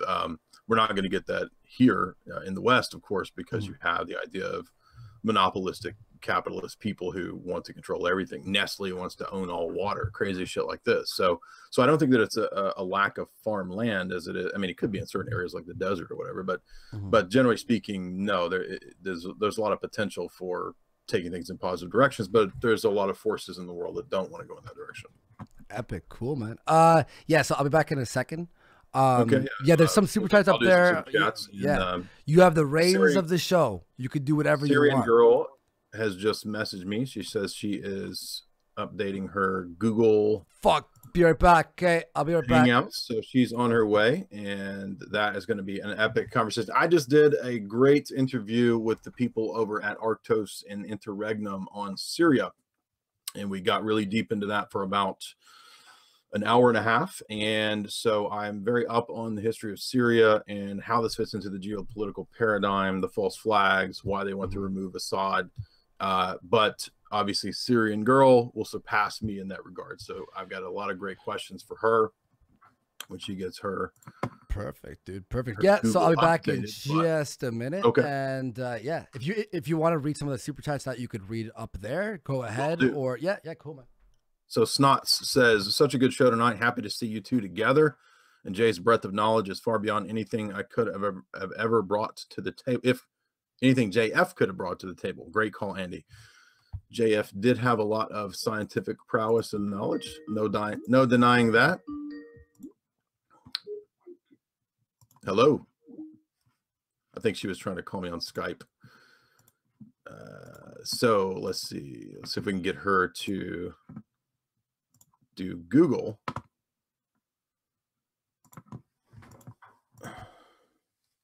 Sorry about that. I think she was thinking it would be a Skype interview Hi. Hello, how are you? Good. How are you? Excellent. No, I'm glad you chimed into the right way. Yeah, Andy had to, we'll say, get a little bit of water there before he comes back. But Maybe I should what, too. well, if you need to, yeah, I'll just grab it. It's just over there. Okay, yeah. So back to these super duper chats. What are we talking? Well, we were talking geopolitics and the history of globalism, the main globalist writers, and then we were getting into the topic of Syria, the Seven Nations Plan, PNAC, that kind of stuff. So what I was going to do is kind of just ask you some pretty overview general type questions in the work that you do. Obviously, you're well known. You put out a lot of videos over the last several years. So you are the expert on Syria, and I want you to correct me if I've got anything wrong. Now, we got 50 pounds from the bad virus. If it's not possible to experience nothingness, wait, is this, now this is one we already read. We read the Evan Schultz. So thank you, Evan. That's a big fat super chat there. But yeah, so what we want to talk about is Oded Yanan. I want to talk PNAC. I want to talk full spectrum dominance. I want to talk about white helmets, false flags. Are you cool with all that?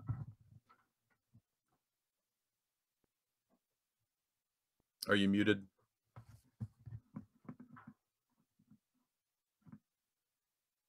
No, I'm not muted. Can you hear me? I can hear you now, yeah. What about Genie Energy? About Genie Energy? Yeah, it's this Israeli company that the Golan Heights. Yeah. Yeah, no, actually I was going to bring that up. I had that in the notes because that seems to be a big part of why Syria is such a important chess piece, right? Yes. Well, what's your position on Israel? My position is that Israel was founded as a kind of Western outpost by the Atlanticists. So, for example, big geopolitical writers like Halford Mackinder wrote about how the British Empire would set up Israel to be an outpost in terms of Western civilization and its encroachments on Eurasia, right? This is how you control Eurasia, is to have these various outposts set up. So it's a Western puppet Middle Eastern situation. The Zionist state was created by, Herzl and these characters who wanted to set up a sort of secular, yet at the same time messianic religious. Yes. Yeah. Indeed. So, I think they painted it as secular to right, but it has a religious component to be. They think that they're the Messiah, basically. Yeah. Basically, you've said everything I want to say. Oh, well, no. So we can close up the interview. No, I'm joking. Well, it was nice to have you on, SyrianGirl. No, just hi, Andy. Hey, what's up? How you doing? We're just talking about Israel, and we're wondering. Yeah, I was just working out real quick. I was just doing some push-ups and stuff. Oh, no big deal. Yeah. Sorry, go ahead. So we were just talking about Israel, and I'm wondering if you share the same opinion about it as Jay. Jay, what was your I don't think we've gotten. Really I was just kind of giving the this history, and I was saying that to me it seems like it was set up to be a puppet state in the Middle East, and the people who set it up, like the Royal Society that was behind that, if you read Quigley's works, they weren't really concerned about either Jews or Arabs. They wanted to basically control both groups. But eventually what happened was, of course, that the Israelis, they overthrew British imperial rule and kind of, became the wag the dog situation to the U.S. is how I view it. I see. So you think that it's just being all controlled, basically? I see it as a puppet state of the U.S., but at times you could also argue that the U.S. is almost a puppet state of it. I mean, it kind of goes both ways. I see it as one giant power block of the West being the Atlanticist power block of the U.S., U.K., and Israel. They always work together. They're always in tandem because they're all run. It's all run by the same people, bankers. Yeah, definitely. I do have that belief from all the stuff that I've talked about when JF was on the show and everything, and then when we look at the power, the control that they have in banks, media, foreign industry, everything in the U.S. I could see how they're working hand in hand. Yeah. Yeah, definitely. But why? So, Yeah, so go ahead. no, you go ahead. No, I would say why don't, I mean, I could see why people don't talk about it often because a lot of people get shut down or censored. But why aren't, like, with this knowledge that we know this, right? From all the evidence and the circumstantial evidence, like I suppose you can say, what can we do about it? You know what I mean? Is it we're stuck now in this? Is it going to just perpetuate? Because I can't really think of a solution to fix this. You know, I'm asking, like, does anyone, like, 'cause all we could do is solution? Yeah, Actually, that's exactly what I wanted to talk about. yeah. I don't know, but I think the first thing we should do is we should no longer be afraid to talk about it. That should be step one, because the censorship, as you said, you know, it's out of control. Probably, okay, in Australia, we have laws that forbid you from saying certain things here. I don't think it's necessarily about Israel, though, or Zionism, but there are, like, things that people would, you know, their lines. Yeah, I know what you're saying. Is that we have to, when we're talking about this stuff online, we should be careful. Like, to the extent. Holocaust denial, for example, in Europe is illegal. I think that the Jews were genocided in Germany and they were pushed to Palestine. That was part of the whole, like, that's how they got to Palestine in the first place. Yeah. Like, the numbers don't really matter to me so much, but but there are laws. I mean, there was a lot of people who were genocided as well, so it's not like other people didn't die. But even saying that can cause people to call you a Holocaust denier, because that's called Holocaust relativism. They have a name for it, actually. Yeah. That how dare you, like, equate other people, like Russian lives, to Jewish lives? It's not the same thing. Or if people question the numbers, you know, Yeah. like a lot of people, like I remember Aiden Paladin, who I had on the show, she was talking about certain numbers of the Polish people around there that are being skewed from certain, you know, like, it's not the exact number, right? So she said that, and then people started making videos. Kevin Logan and her actually had an argument here because he called her a Holocaust a denier, but she was just talking about certain numbers. That's it, right? You wonder why, but apparently the number is important for this messianic prophecy. Mm-hmm. Yeah. It's not about how, like, so much sympathy there is, because I'm sure that if you said there was, by your calculations, 6,500,000, that would still be wrong. Like, that would still be 100%. Yeah, like, definitely. Like you could keep trying to change the numbers over and over, but people were killed. That's you know that did happen.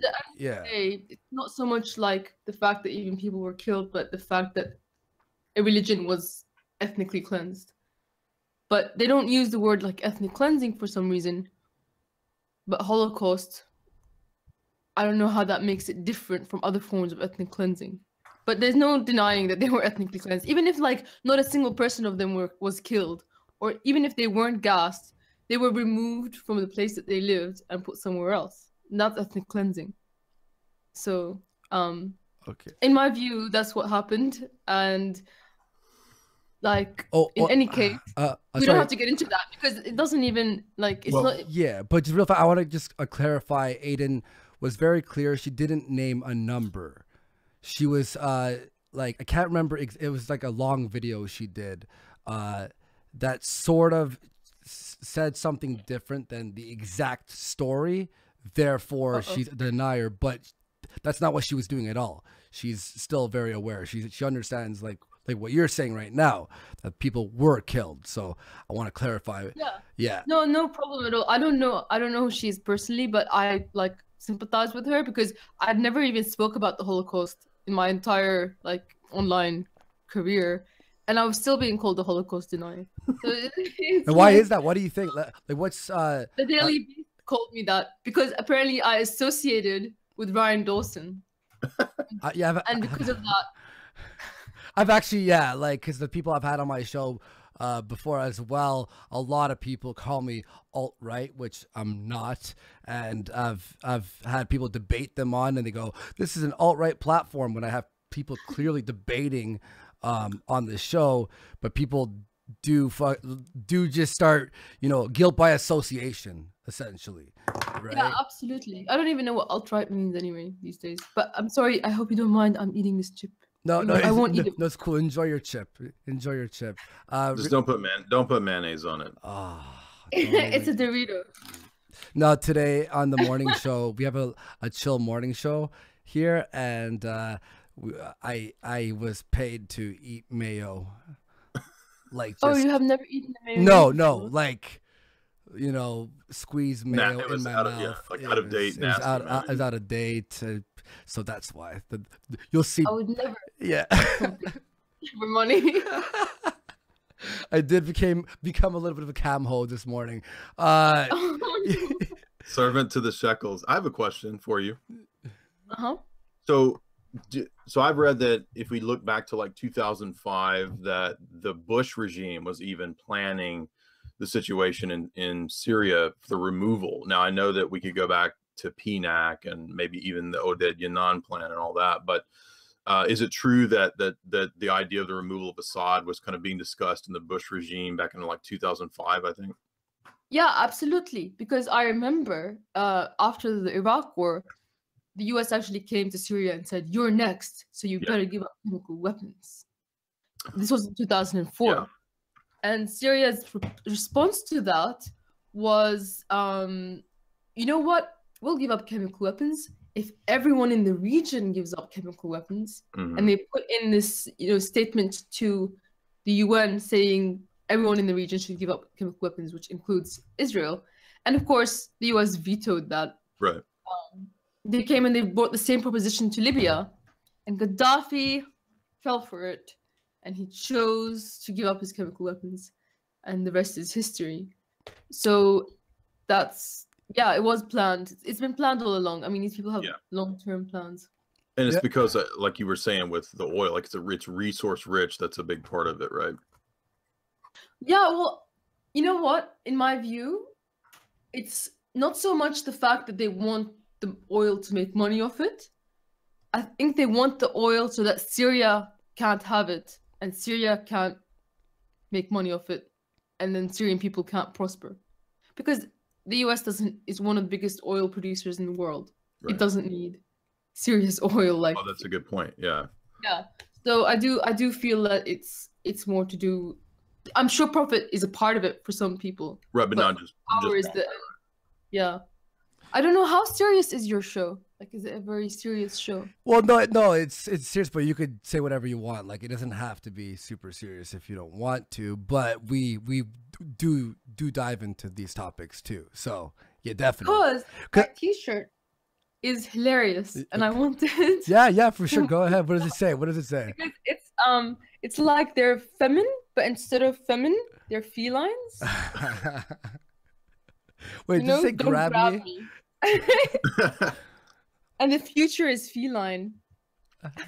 How dangerous though is it having a shirt like that when you're walking down the street and it says "grab me" on your tip? Isn't that like bad? It says don't grab me.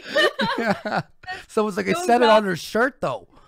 Yeah. Yeah, because it's a cat, and another word for cat is pussy. There we go. There you go. There we go. Yeah, no, on this show you could say whatever you want, definitely. But on I watched your video, the one you did on Paul Joseph Watson's channel, or maybe he mirrored your video on Syria and World War III, right? Do you want to give people who don't know about you what you were saying, your theory? Or I won't even say theory, like what you see, the evidence points to that America is actually in there to antagonize Syria to eventually start World War III. Do you want to give everyone a brief rundown? If you want to eat your chip, go ahead first. You can eat your chip before. Yeah, no, it's all good. Yeah, we're not filming yet, are we? Huh? We're not filming yet, so. We are totally live right now. No, you're kidding. That's off air. Oh my God. Sorry, we should have totally said. You said nothing horrific. Don't worry. I just thought, you know, you were on a roll talking about this, so I thought you knew. No. Yeah, we did the first. I know what we'll do. Now I feel bad about eating chips in front of people. No, it's cool. I just thought, yo, this chick's just comfortable. All right, cool, whatever. I'm not gonna say anything about it. So, no, fair. I know how to solve this. I know how to solve this. All we have to do is re-upload this, and we'll just mute her entire part, and I will talk over her in a weird female voice. So everyone knows what my t-shirt's all about now. Yeah, exactly. No, it's all cool. That's how chill this show is. You so you didn't even think we were live. It says off air at the top of the I'm running this through OBS, right? So I'm capturing the video. Yeah. Well, but everyone's laughing in the chat. Don't worry. That they all think that was funny. It's all good. Oh shit. Yeah. So yeah, if you want to give everyone, because everyone is watching, a brief rundown on your thoughts on Syria and what America is doing to Syria. Okay, as you talked about the Union plan, it talked about divide and conquer, basically dividing Syria into a Kurdish region. But also they wanted to divide the coast, like the Alawite coast, make a section there, and the Druze section in the south. That was the plan, and Al-Qaeda was supposed to help with that plan, basically by slaughtering everyone who was Druze or Alawite or Christian, and driving those people to want to have a separate state, which would then balkanize Syria and cause everyone else in Syria to starve, because all those regions are where all the water and oil is and the food. Mm-hmm. So the point of that, of course, is it helps Israel. And now at the moment, you know, where the US is occupying is the northeast of the country. And that's where 80% of the oil is, east of the Euphrates. And if you were watching the news, there was a mad rush to the oil fields as well, back when ISIS was getting wiped out in the east, between the US and Syria. And of course, Syria does have, the US does still want regime change. They still have this intention to destroy Syria. We've only limited the amount that of damage that they've done, but they are attacking the Syrian army. And if you look at current map of Syria, if you look at down, is a city called Abu Kamal. It's on the Syrian-Iraqi border. That city is extremely important because that connects Syria and Iraq. And one of the things that they said that they plan to do, this was in the WikiLeaks leaks, even in Clinton emails, was to divide that. The fact that ISIS is there, or even a Kurdish state, is useful because it will divide Syria and Iraq. But the Syrian military actually beat the US to the Abu Kamal border crossing, and they met up with Iraqi troops there.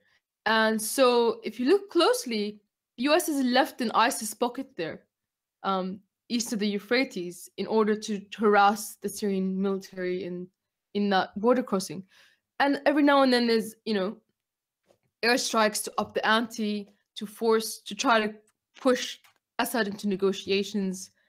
The Kurdish thing as well in the US media, it's being promoted as, you know, these poor people, they were victimized everywhere and they are stateless and they deserve their own state. They deserve their own ethnocentric state. But you know, if you think about it, that's exactly the argument they made for the creation of Israel. And the same, you know, story is that the Kurds in Syria, who are the Kurds? You know, there's this meme that, or propaganda they're pushing, that Sykes-Picot divided forgot about the Kurds when they were cutting up these countries. that's that's not the story. And another meme is these countries are an invention of Sykes-Picot.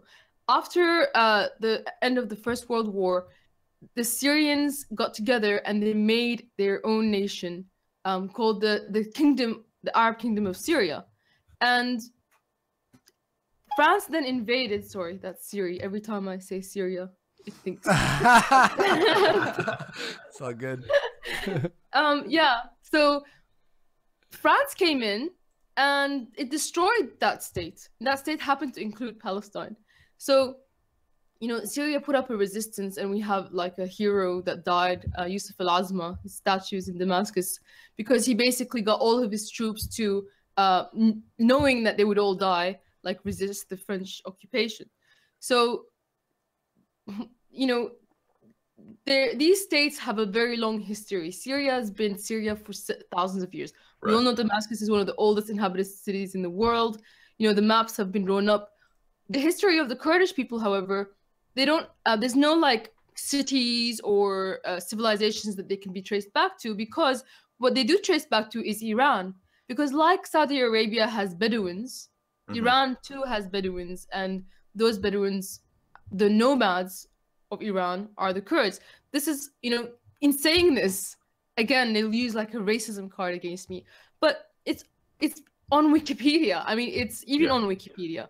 It's known knowledge. BBC talked about it too.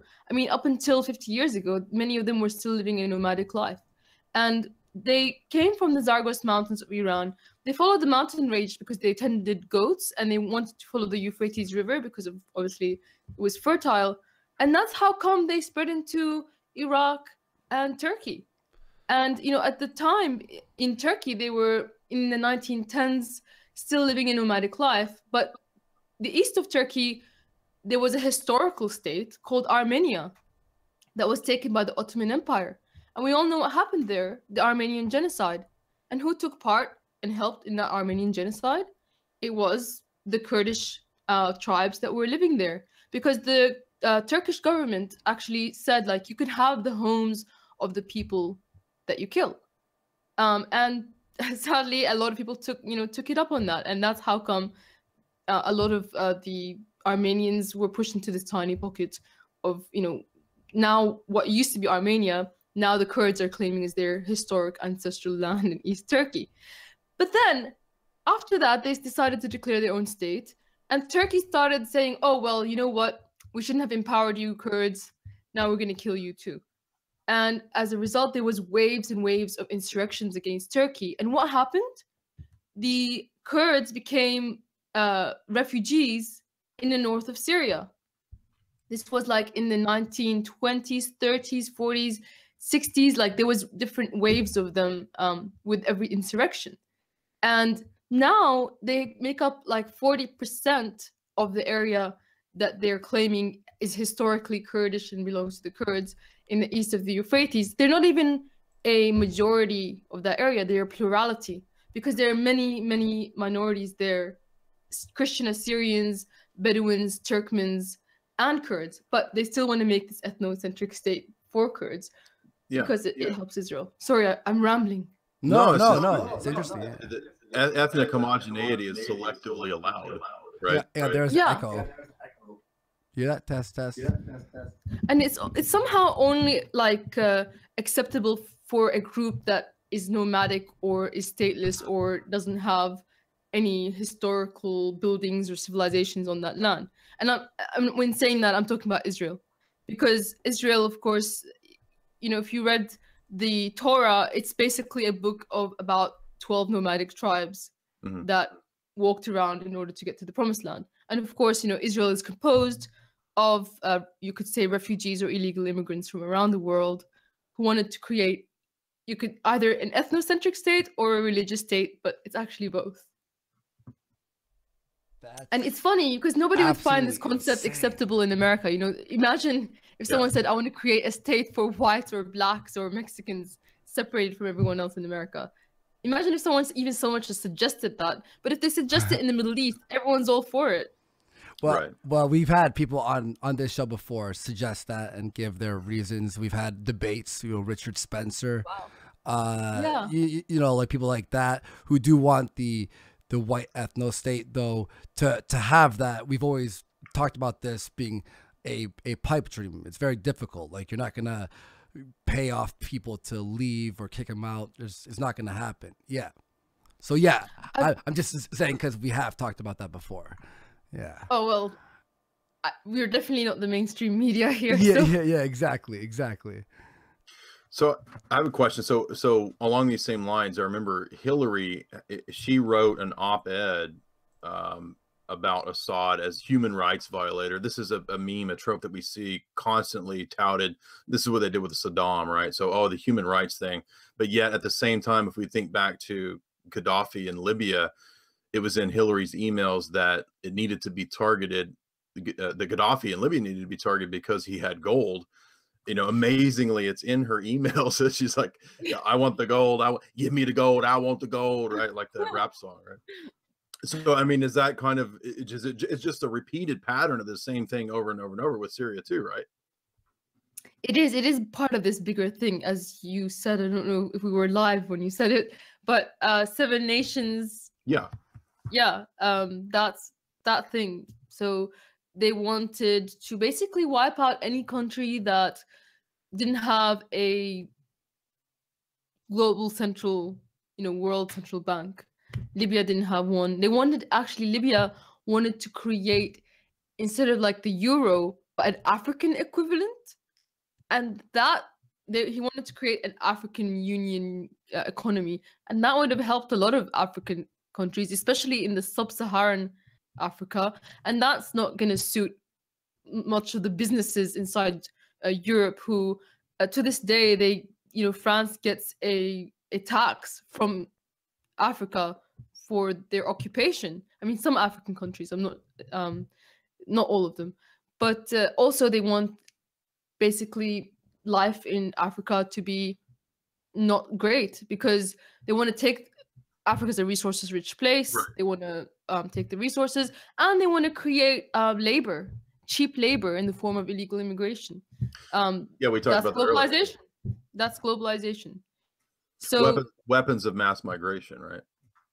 Yes, and I think what globalization means at the end of the day is to break down all borders and have no basic, like one global power. And the means by which to do that is to make everywhere look exactly the same. So while, there is an argument for having states with a culture, with borders, because that seems to be the natural tendency as we are. And I'm not advocating for anything inorganic, no forcing of an ethno-state and no forcing of breaking down borders. That's not an organic way for things to happen. And that's definitely going to lead to violence and chaos. Well, another question I have too that I've touched on in some interviews with people I've done on Syria is, do you think there's an iconoclastic element to going after Syria? What I mean is in the sense of wrecking areas that have very traditional cultures. I mean, as you mentioned, Syria, we think of in the Bible, St. Paul's in Damascus, right? This is a central idea to Christianity. And it's also central to other religions. And as you said, this is thousands of years of culture in Syria.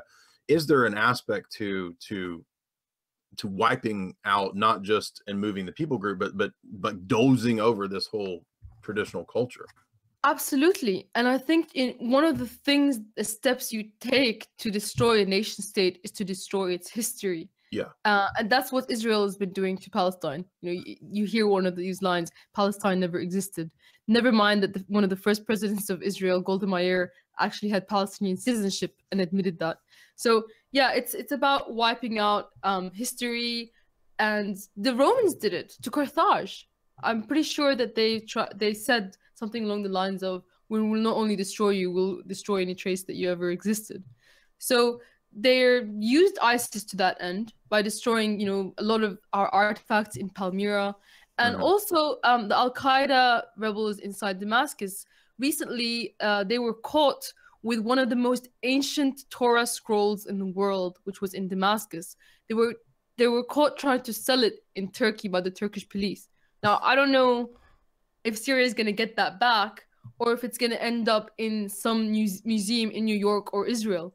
because that's exactly what happened with Iraq. You know, in the first few days of the Iraq war, all the museums were ransacked, and much of the Babylonian artifacts that were taken are, some of them ended up in New York, Israel, you know, places in Europe too. That was also planned. It wasn't an accident. It was very efficient targeting. And it is about destroying a culture, because Syria is, like, having traveled to many countries around the world, it's very, very insular and isolated, especially economically. And also the people, like, not many people want to immigrate to Syria because there's not really that much money there. So it's quite a homogenous society, in spite of like thousands of years of history. You know, people can be, usually it was people from around the area that immigrated in. It wasn't like people from across the world would go in there because they didn't really have a reason to. But yeah, so for that reason, we had our own companies for everything. We made our own medicine. We made 95% of our own medicine. The only thing that we didn't finish off was a lot of the cancer drugs, which have a patent. And we had plans to do that. And now, like, the chemistry infrastructure is completely destroyed and kids are dying of cancer in Syria. We had, like, our own cola companies, clothing, you name it. And a lot of those factories were ransacked in Aleppo. So I guess the idea is to force Syria to be a nation that has to outsource its products, have a H&M and a McDonald's and, everything, like, globalized, like I see in Europe. Because it was kind of disappointing traveling to Europe, seeing that everywhere pretty much looked exactly the same. And in the city center, I go into any of the clothing shops and it's always H&M and they have the exact same products.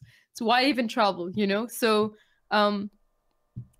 it's not it's definitely, and this, maybe people agree with globalization or not, but whether you agree with it or not, the result, the way that they achieve it is through war. And that results in mass immigration. And people think, oh, these immigrants, they are really happy to leave their homes and they can become rich in the West, etc. The worst thing about being an immigrant is not being able to see your family all in one place. Everyone is scattered now around the world. If I wanted to visit my family, whereas I would have gone to Syria and seen them all in one place, now I have to go to 5 different places. So it's really destroying families as well. No, in fact, one of the top globalists, the French Kissinger, I just did a giant analysis of his book, Jacques Attali, Brief History of the Future. He makes your very point. He says that the future of globalism is to make everybody nomadic so that they're basically just servants of some Fortune 100 company, and you're going to move like 20 times in your life just to make a living. So you're absolutely spot on. This is globalism absolutely is a giant wrecking unbelievable, ball. by the way. This is crazy. See, I'm more of a layman type dude, if you don't know me, and Sure. I do like buy into certain things in the media.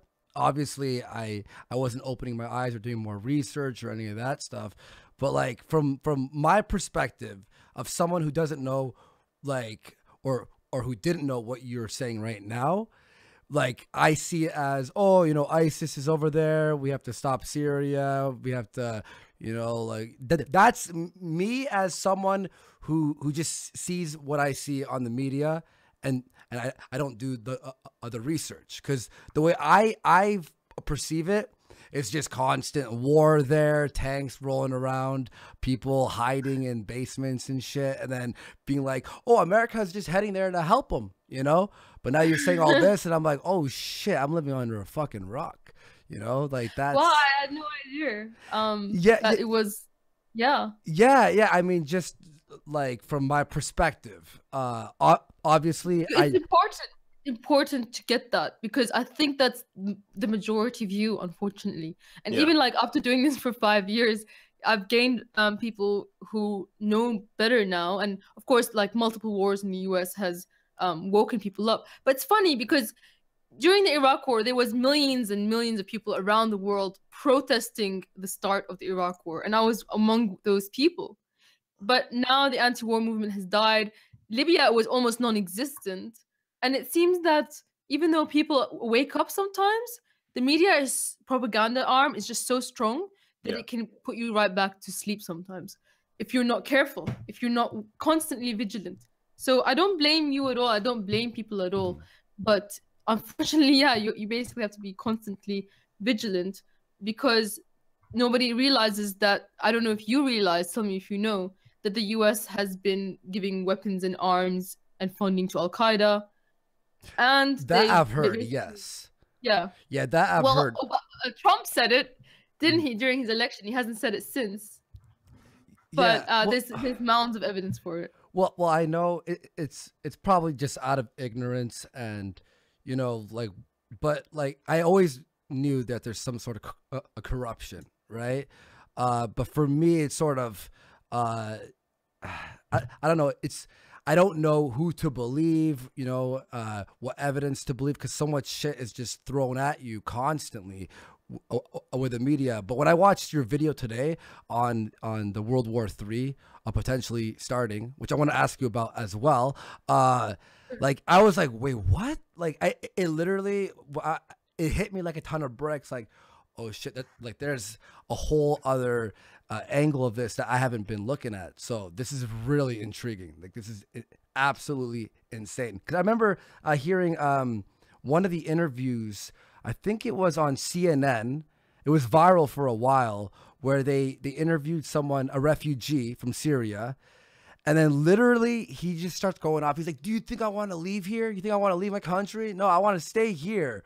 He's like, America is just fucking it all up. Like, I don't like, and he went off, and then CNN was like, oh, you know, pull the plug because, you know, because someone's saying something that like they expected him to be like, you know, yeah, we're going to go to the West. And he was getting pissed, and they ended up like, I don't know if you saw that clip. It was actually really. I didn't. That sounds amazing, but it sounds like a lot of Syrians I know. Yeah. I mean, there's this kid here that is constantly drawing the Syrian flag wherever he goes. Like, he's traumatized because he had to leave his country.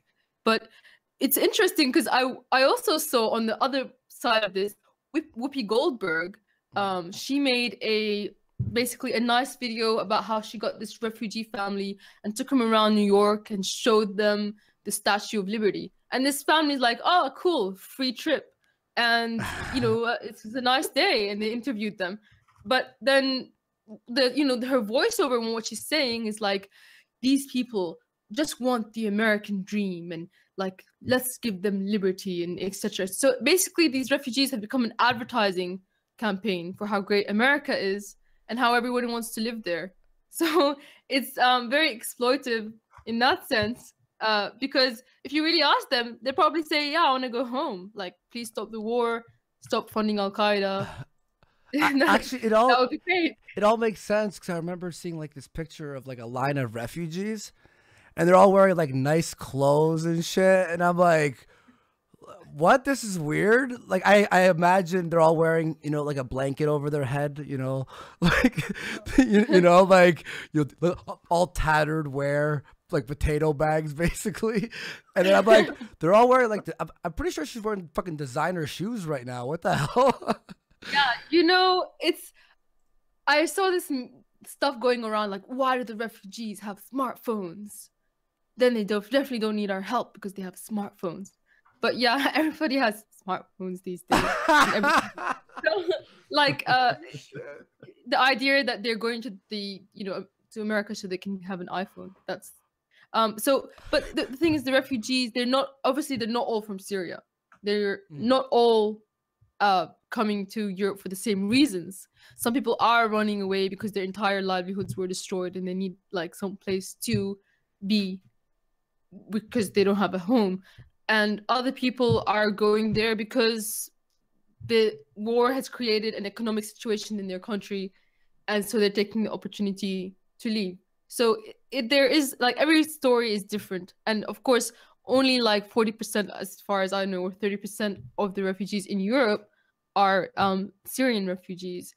But of course, there's been so many wars over the last 10 years that like the other half of them are from Iraq, Libya, Afghanistan, and Sudan. So all of those countries that the US has been, of course, there's gonna be refugees created, because during the Iraq war, 2 million refugees from Iraq came to Syria, and Syria was housing them. And then when the Syrian war started, where did you think they were going to go? You know, and then ISIS surged in Iraq as well. So you were saying about World War III, just to get back to that quickly. Yeah. There's people always there's some faction of people that make fun of this because they think that World War III is never going to happen. It's not possible. And they live in that false sense of security because obviously countries, they do something called brinkmanship, which is a game of chicken where each country threatens the other and keeps upping the ante until one of them backs down. Russia and the US do this. You can see North Korea and the US do this all the time. So it's about nuclear brinkmanship, and the one who has the most nukes and can destroy the most territory is probably going to have the upper hand in that game. However, the game can stop being a game in an instant if someone really feels like there's no other way. Because if you push someone so far into the corner, as Russia is being pushed now, with basically these US bases all around it, it's getting sanctioned, etc., etc. And the only base that Russia has in the Middle East happens to be in Syria.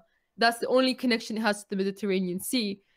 When you're, keep pushing someone into a corner, they might just snap, and then you're going to have World War III on your hands. This is a very volatile situation because you have the US and Russia and Turkey and France. They're all against each other, and Iran, Syria, Israel, they're all in the same theater of war, which unfortunately happens to be my country. But if they come to blows in a bigger way, it's like having a fuse that could be ignited at any time, and you're using that fuse as like a hostage to force the other person to negotiate. Doesn't mean it won't go off. And the fact that Israel and Syria are fighting, there's different ways that a regional war can happen. There could be a regional war that starts between Syria and Israel, which grows into Syria, Iran and Israel, which grows into Saudi Arabia, taking Israel's side. That's another thing I have to mention. It's ironic that they say that they hate Islamic countries while Israel is actually helping Al-Qaeda on the Syrian border with medical aid. And they have good relations right now with Saudi Arabia, basically under the table. So because Saudi Arabia hates Iran because they're Shiite and all this religious mumbo jumbo. So yes, basically you could have a regional war expanded to the Middle East, which then can expand again to a larger war. That is something that not just me is like, I'm not only the one saying that. Many of the world's experts are saying that we're closer now to World War III than we have ever been, even in the Cold War. I am so scared right now. Wow, that is absolutely insane. Oh, where do you think it will start? Like what do you think would trigger? Like, what would be the first instance of like, all right, yo, it starts right now? There's many possibilities. People talk about the South China Sea. That conflict between that conflict of the South China Sea, I feel, includes Korea. That's a potential ignition for World War III. That little strip of ocean between Turkey and Russia, if it basically Turkey controls this little piece of ocean that would, if they block it off, it would prevent Russia from entering into the Mediterranean. That's one of the things that could spark World War III. One of the other things was Crimea and Ukraine, because if you read a little bit about the history of it, Russia signed the end of the Cold War treaty with Warsaw dissolving, and NATO is supposed to have been dissolved, but it didn't. They signed it with NATO saying that Ukraine is to remain a neutral country. No, like Ukraine cannot join NATO. That's one of the rules. And of course, they still did a regime change on Ukraine and tried to take the whole thing, and Russia, kept Crimea. So that is one of the potential ignition points. Syria is clearly now the biggest ignition point that you can see, because it's like Russia's basically the distance between Syria and Russia is extremely small. Like you could an hour's flight or less to get from Syria to Russia. So if you compare that to the distance to the United States, you know, it's astronomical. So they call it like the southern front of Russia, basically, because if Syria falls, then all of these jihadis are going to move on to the next target, which is going to be Chechnya and the Caucasus in Russia. It's going to break them apart, and Russia will lose its Mediterranean base in Syria, and they're pushing it into a corner. I think the long-term objective is to destroy Russia. The sanctions against it is for that reason, because they're hoping that if they can starve people enough, that they can cause an insurrection. And that's a very dangerous thing to do with a nuclear power. So if it's going to start anywhere, it's probably going to be Syria. I was going to ask you about Ukraine and Crimea, because what triggered that coup was essentially snipers, and you had which obviously I think were kind of black op type situations, to then trigger protests. And then if the government responded, then it was called like human rights violations. And weren't there snipers at the beginning of the most recent aspect of the Syrian situation? Weren't snipers hitting people in the crowd to cause? Well, you know how, yeah, and you know how we know that there's a agent provocateur? Yeah. Other than the fact that we actually have videos of them. There was in Ukrainian police that were shot and hit and killed by snipers. Same as in Syria. In Jisr al-Shughur, in the first 3 months of the entire thing, where the media tells you it was a peaceful protest, right? You know, there was like a massacre in Jisr al-Shughur where like 15, 17 soldiers were killed. And there's never been any explanation for that. Mm-hmm. But if you compare that to like the coverage on what's happening in the Gaza Strip right now and the West Bank in Palestine, they say, oh, well, those protesters are violent. But how many Israeli soldiers have died from those protests? 0. So like with Ukraine and Syria, you can prove that there was gunfire and police dying.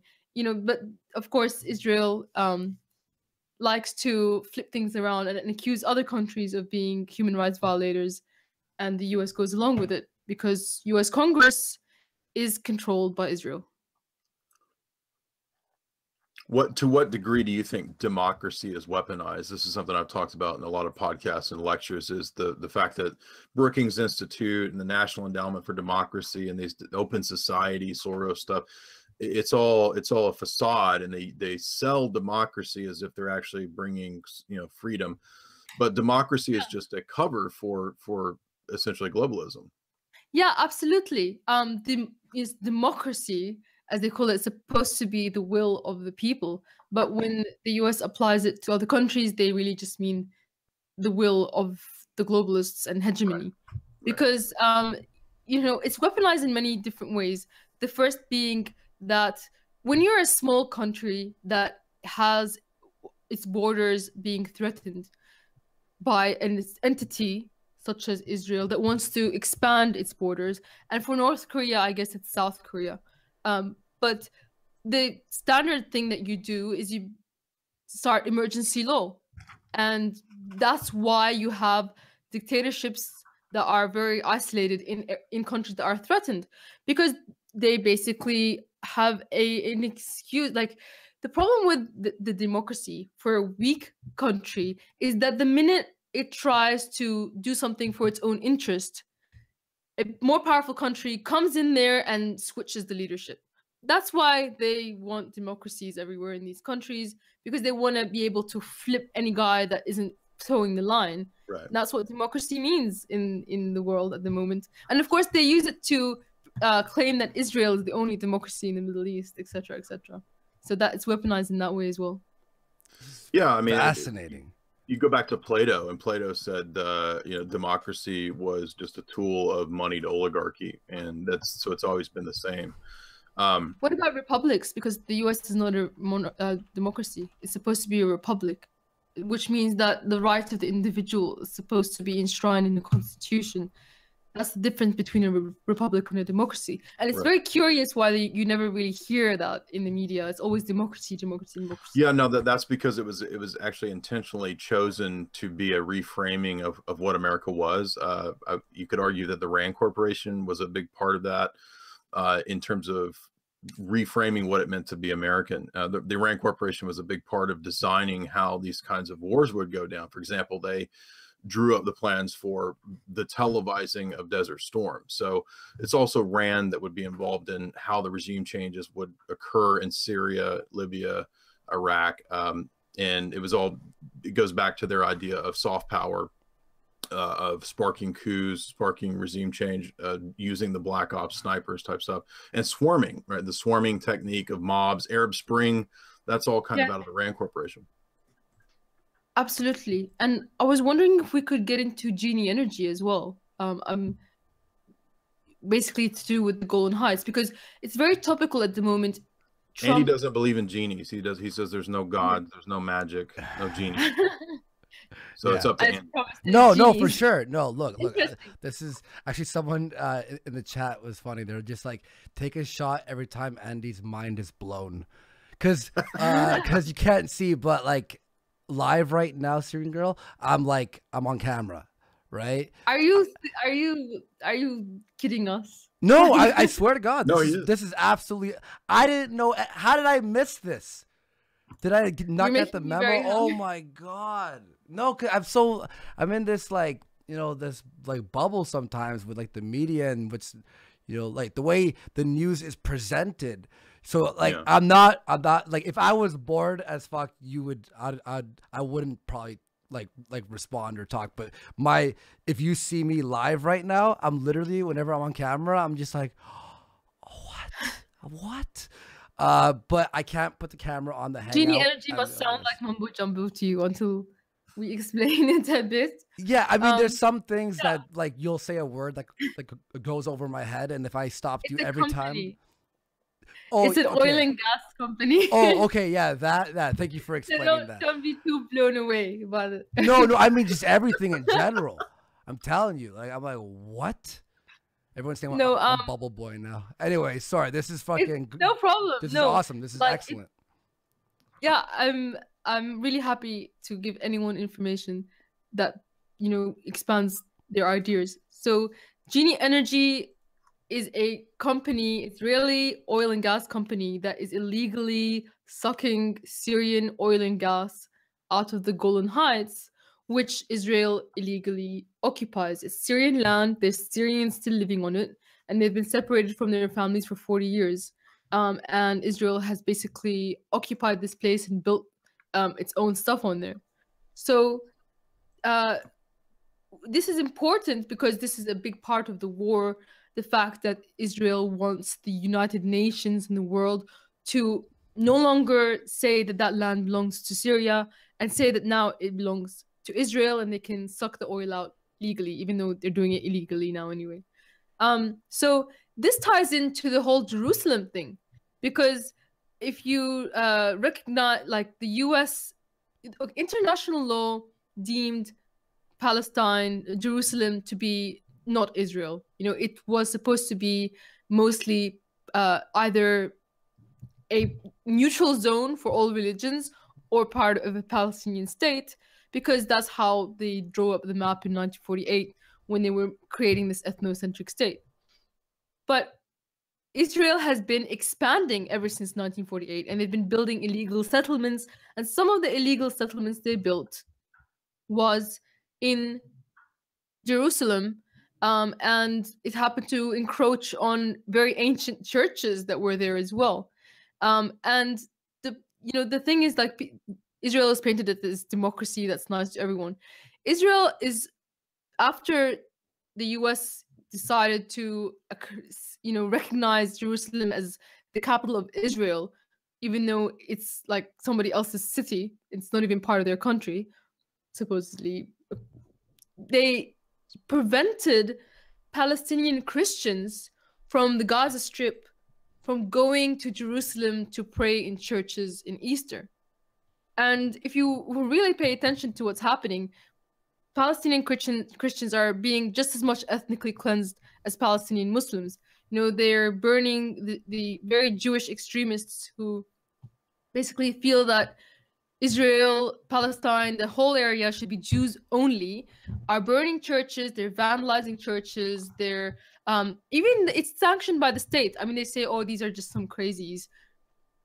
During the Easter procession, one of these Palestinian Christians dared to pull out a Palestinian flag, and the Israeli state, the military and police just crashed into the whole thing and broke up the entire Palm Sunday celebration. And there's video of it online. So this Trump giving, not giving, because it doesn't belong to Trump for him to give. You know, that's what the Pope said, like Jerusalem doesn't belong to you. So he, by acknowledging that or recognizing Jerusalem as part of Israel, he's empowered this group of people. And now Congress is talking about recognizing the Golan Heights as part of Israel. And of course, Syria is never going to abandon its rights to its land and to try to get back the Golan Heights. So it's basically putting us on a war footing with America for a very, very long time. And the Syrian president said, you know, we will regain or restore every inch of Syrian land. And the media went crazy when he said that. They were very angry about that statement.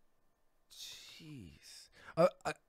Just about like what the media does say about Syria. There are, you know, pockets of ISIS and all that stuff in Syria, right? Well, yes, there's still pockets of ISIS in Syria, but they've mostly been destroyed by the Syrian army, Iran, and Russia. The biggest ISIS pocket right now is where the American area is. They're keeping it alive near the Iraqi border. Also, in Damascus right now, there is Yarmouk, that is an ISIS pocket, and at the bottom of Damascus, like south of Damascus in Dara, is an ISIS pocket. So if you can look now on Syria live maps and see where the ISIS pockets are. So when Syria started its offensive in Dara, which is south of the Syrian border, that's when Israel started attacking Syria inside the Golan Heights. So that sort of gives you the indication that they don't want ISIS to be defeated in those areas. They want the war to continue for as long as possible to cause Syria as much damage as possible. And yeah, there are still ISIS pockets. And there's Al-Qaeda. See, that's the thing that the media doesn't tell you. It's always talk about ISIS. But there's also Al-Qaeda. In Damascus, in Aleppo, those places were run by Al-Qaeda. And those were the places that the US was constantly saying, we need to support these rebel groups that are beheading people. Now those groups are all in Idlib. So we still have Al-Qaeda in Idlib, and we still have ISIS pockets everywhere else. So they're obviously picking specific areas where they want to control, and not going directly where they know ISIS is, which looks sketchy. Yeah. That's exactly. how is no one talking about this? Like, I know you are, obviously, and you know that video you did on Paul Joseph Watson's channel, was that that was mirrored from your channel, right? Yeah, actually, Paul asked me to create that video for his channel. Oh, so, nice, yeah, nice. It's very, very cool of him to do that. Yeah, awesome. I have all of her links, by the way, down there below if you want to check out her YouTube. So definitely. Yes, please check out my channel. I had many videos on there, but I had to put them on private because my channel was attacked by censorship. So yeah, I will slowly be making them public, and of course I'm making new videos, so I would please very much appreciate anyone to subscribe. Yeah, my goal is 100,000. Nice. I mean, and also being on InfoWars, and like I'm sure that was a huge boost for your channel too, right? Yeah, thank God for, you know, InfoWars. They really helped Syria a lot to get the word out about what's happening with Obama and Hillary supporting Al-Qaeda and ISIS, and then the continuation of their policy with Donald Trump, even though he claimed he wasn't going to do regime change wars anymore. So yes, thank God that they gave us an open platform. Of course, we don't agree with everything that we think, but at least we have the respect for each other to, you know, I can't complain that I was given a platform and got this word out. Yeah, that's the thing too with people I've talked to. I'll disagree, but like, if it's not like personal beef or whatever, if it's just political, unless it's like really, really extreme. Like we talked on Kumite the other day with a guy who's pro pedophilia. Like that, I can't, like, even if you're the nicest guy like in the world, I can't be your buddy after that, right? Right? But like political stuff, yeah. Line. Yeah. Yeah. I mean, I think the line is if you're being unjust to people. Yes, yeah, hurting other people, definitely. Like, I'm for free speech, but then when your free speech starts infringing on other people's safety, like, then I'm like, you know, you're being ridiculous. I mean, yeah, you could just disagree with them though. Yeah, exactly. Yeah, I did tell him that I don't think you should be able to have sex with children. Definitely, that's a viewpoint I hold. That's funny. Yeah, it's becoming like an argument. Yeah, I know. Like the whole like the virtuous pedophile thing. Like, yeah, you like see that, like those are like you're like what? God. I mean, you have to be really demented or mentally ill to be interested in children. So in that sense, yes, they are mentally ill and they need help. But other than that, like there's no sympathy for someone who would hurt a child. Yeah, it's like someone who has a problem with like I feel like stabbing someone once in a while with a pen. Okay, yeah, he needs help. Okay, definitely, but I'm not gonna be, you know, chilling out with a guy who might stab me with a pen. I don't have to have sympathy for Bill him. Maher. This is interesting how times are like they've changed a bit. Yeah, Bill Maher, like 15 years ago, there was an incident where a 12-year-old boy and a 35-year-old teacher. She was a pedophile, obviously, and she felt pregnant. And he actually went out and he supported it. So on his show, and of course, Bill Maher is still Bill Meyer or Mar. Yeah, it's like Mar. Yeah. It sounds like a Middle Eastern name actually. It's Maher. Yeah. Yeah, I think it originates in Middle East. It is a Middle Eastern name. Yeah. In its origin. So yeah, it's interesting that he's still on the air, even though he espoused these views. But does he still have those views? Has he retracted or anything like that? I don't think he even mentions it or yeah, he probably just hides. He's probably just hiding from that. It was like it's okay because she's female. You know, female pedophiles are supposedly okay. Oh yeah, there was a big debate a few weeks back with someone on someone else's channel where the guy was like, if you're a guy and you're 13 and your teacher bangs you, she shouldn't be arrested. Cause if that was me, I'd fucking love that, you know? Yeah, that's exactly what happened with Bill Maher, even though, you know, this woman got pregnant and destroyed this 12-year-old's life. So, yeah. That's so, yeah, like insane to me. It's almost using the, oh, well, she was hot, so whatever. It's like, okay, I see where I see their viewpoint, but it's still very, very wrong. Like, come on, guys. Like, you know. Well, since I have you guys here, I was wondering if you wanted to talk about what's happening, or if maybe we already talked about it. Stop me if we have, but if you wanted to get into Gaza or the West Bank, I know we mentioned it already. Sure. Is there any questions you have, or is there any other questions you have re politics? Well, I still have steam in me. How about you, Jay? Yeah. I mean, I do have a lot of questions, but if there's something that you want to get to, go ahead. I just real fast. May I say one thing? Sorry. I just want to say one thing. Sure. I want to thank the Bad Virus who threw, and we will read super chats as well. Don't worry. But this is, I don't want to interrupt her, and it's very intriguing. But the big one here, the Bad Virus threw 50 pounds to say, isn't it true that the West, and this was before you even started talking, so it's pretty much a summary of what you were just talking about. He says, isn't it true that the West have been brainwashed by Israeli propaganda for several decades that has caused us to go to war with much personal and financial expense, like 9/11, Israel benefited, Iraq war, Israel benefited, and so on.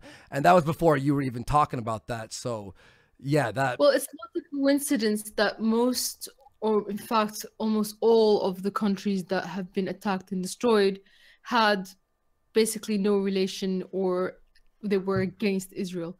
Syria doesn't recognize Israel's existence because we think that, and it's in fact true, that Israel is just the Jewish ISIS. So why would we recognize a Jewish ISIS or a Muslim ISIS as a state on our land?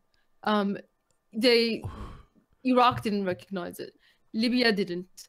In fact, Gaddafi called for and I love this idea, one state, Israel and Palestine joined together, but it's a secular state where it's not a religious state. So the idea of a Jewish state wouldn't be there. Everybody would be equal citizens, whether they be Christian, Muslim, or Jewish. And of course, he was laughed at for that and then subsequently killed. And here's the interesting one. North Korea. North Korea doesn't recognize the existence of Israel either.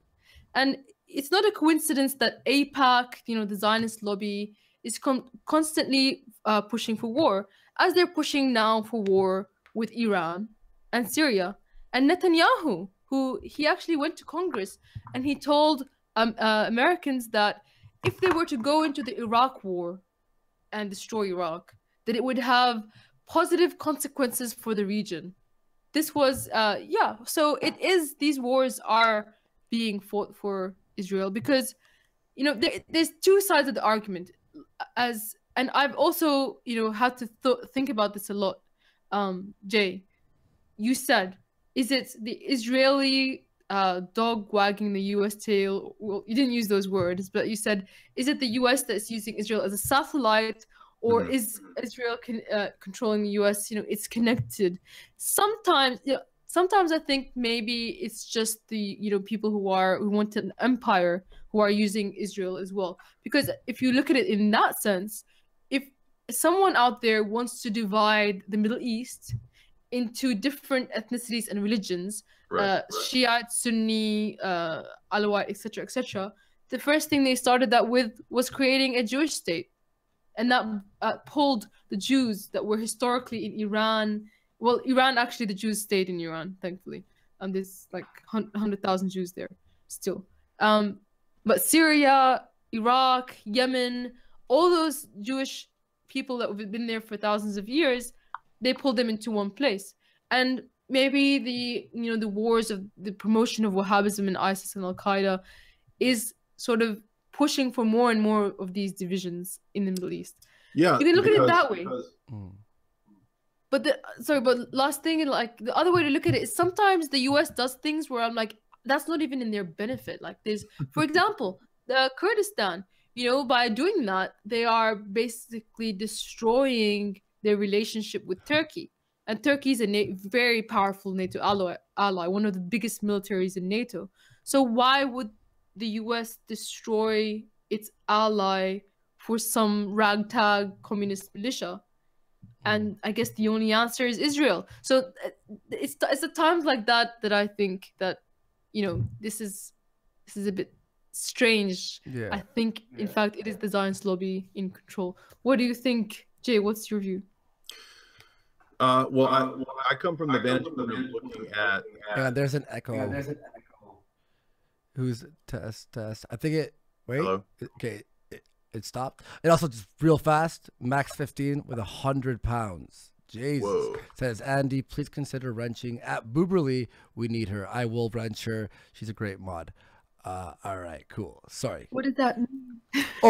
It's moderators in the chat who people who spam. They can time out and stuff. But it was 100-pound donation, so I just wanted to stop for a second. Thank you. And if you're enjoying this stream, hit like. And yeah, sorry, Jake, go ahead. No, I was just going to say that I tend to take the imperial perspective just because a lot of the books that I've read were written by guys who were analyzing it from the British Empire perspective, and then later kind of like the Atlanticist CFR, Council on Foreign Relations perspective. So I've read a whole bunch of those works, and I do a lot of lectures on that stuff. And they always portrayed Israel as like a satellite, an outpost that would give the West, originally the British Empire, you know, kind of control an area. Because what the Brits wanted to do was also control Mecca. So that was a big part of this, why they were so favorable to the Sauds, was they thought that that could be a way to control Mecca, and then a large portion. Maybe they do. Exactly. No, I think so.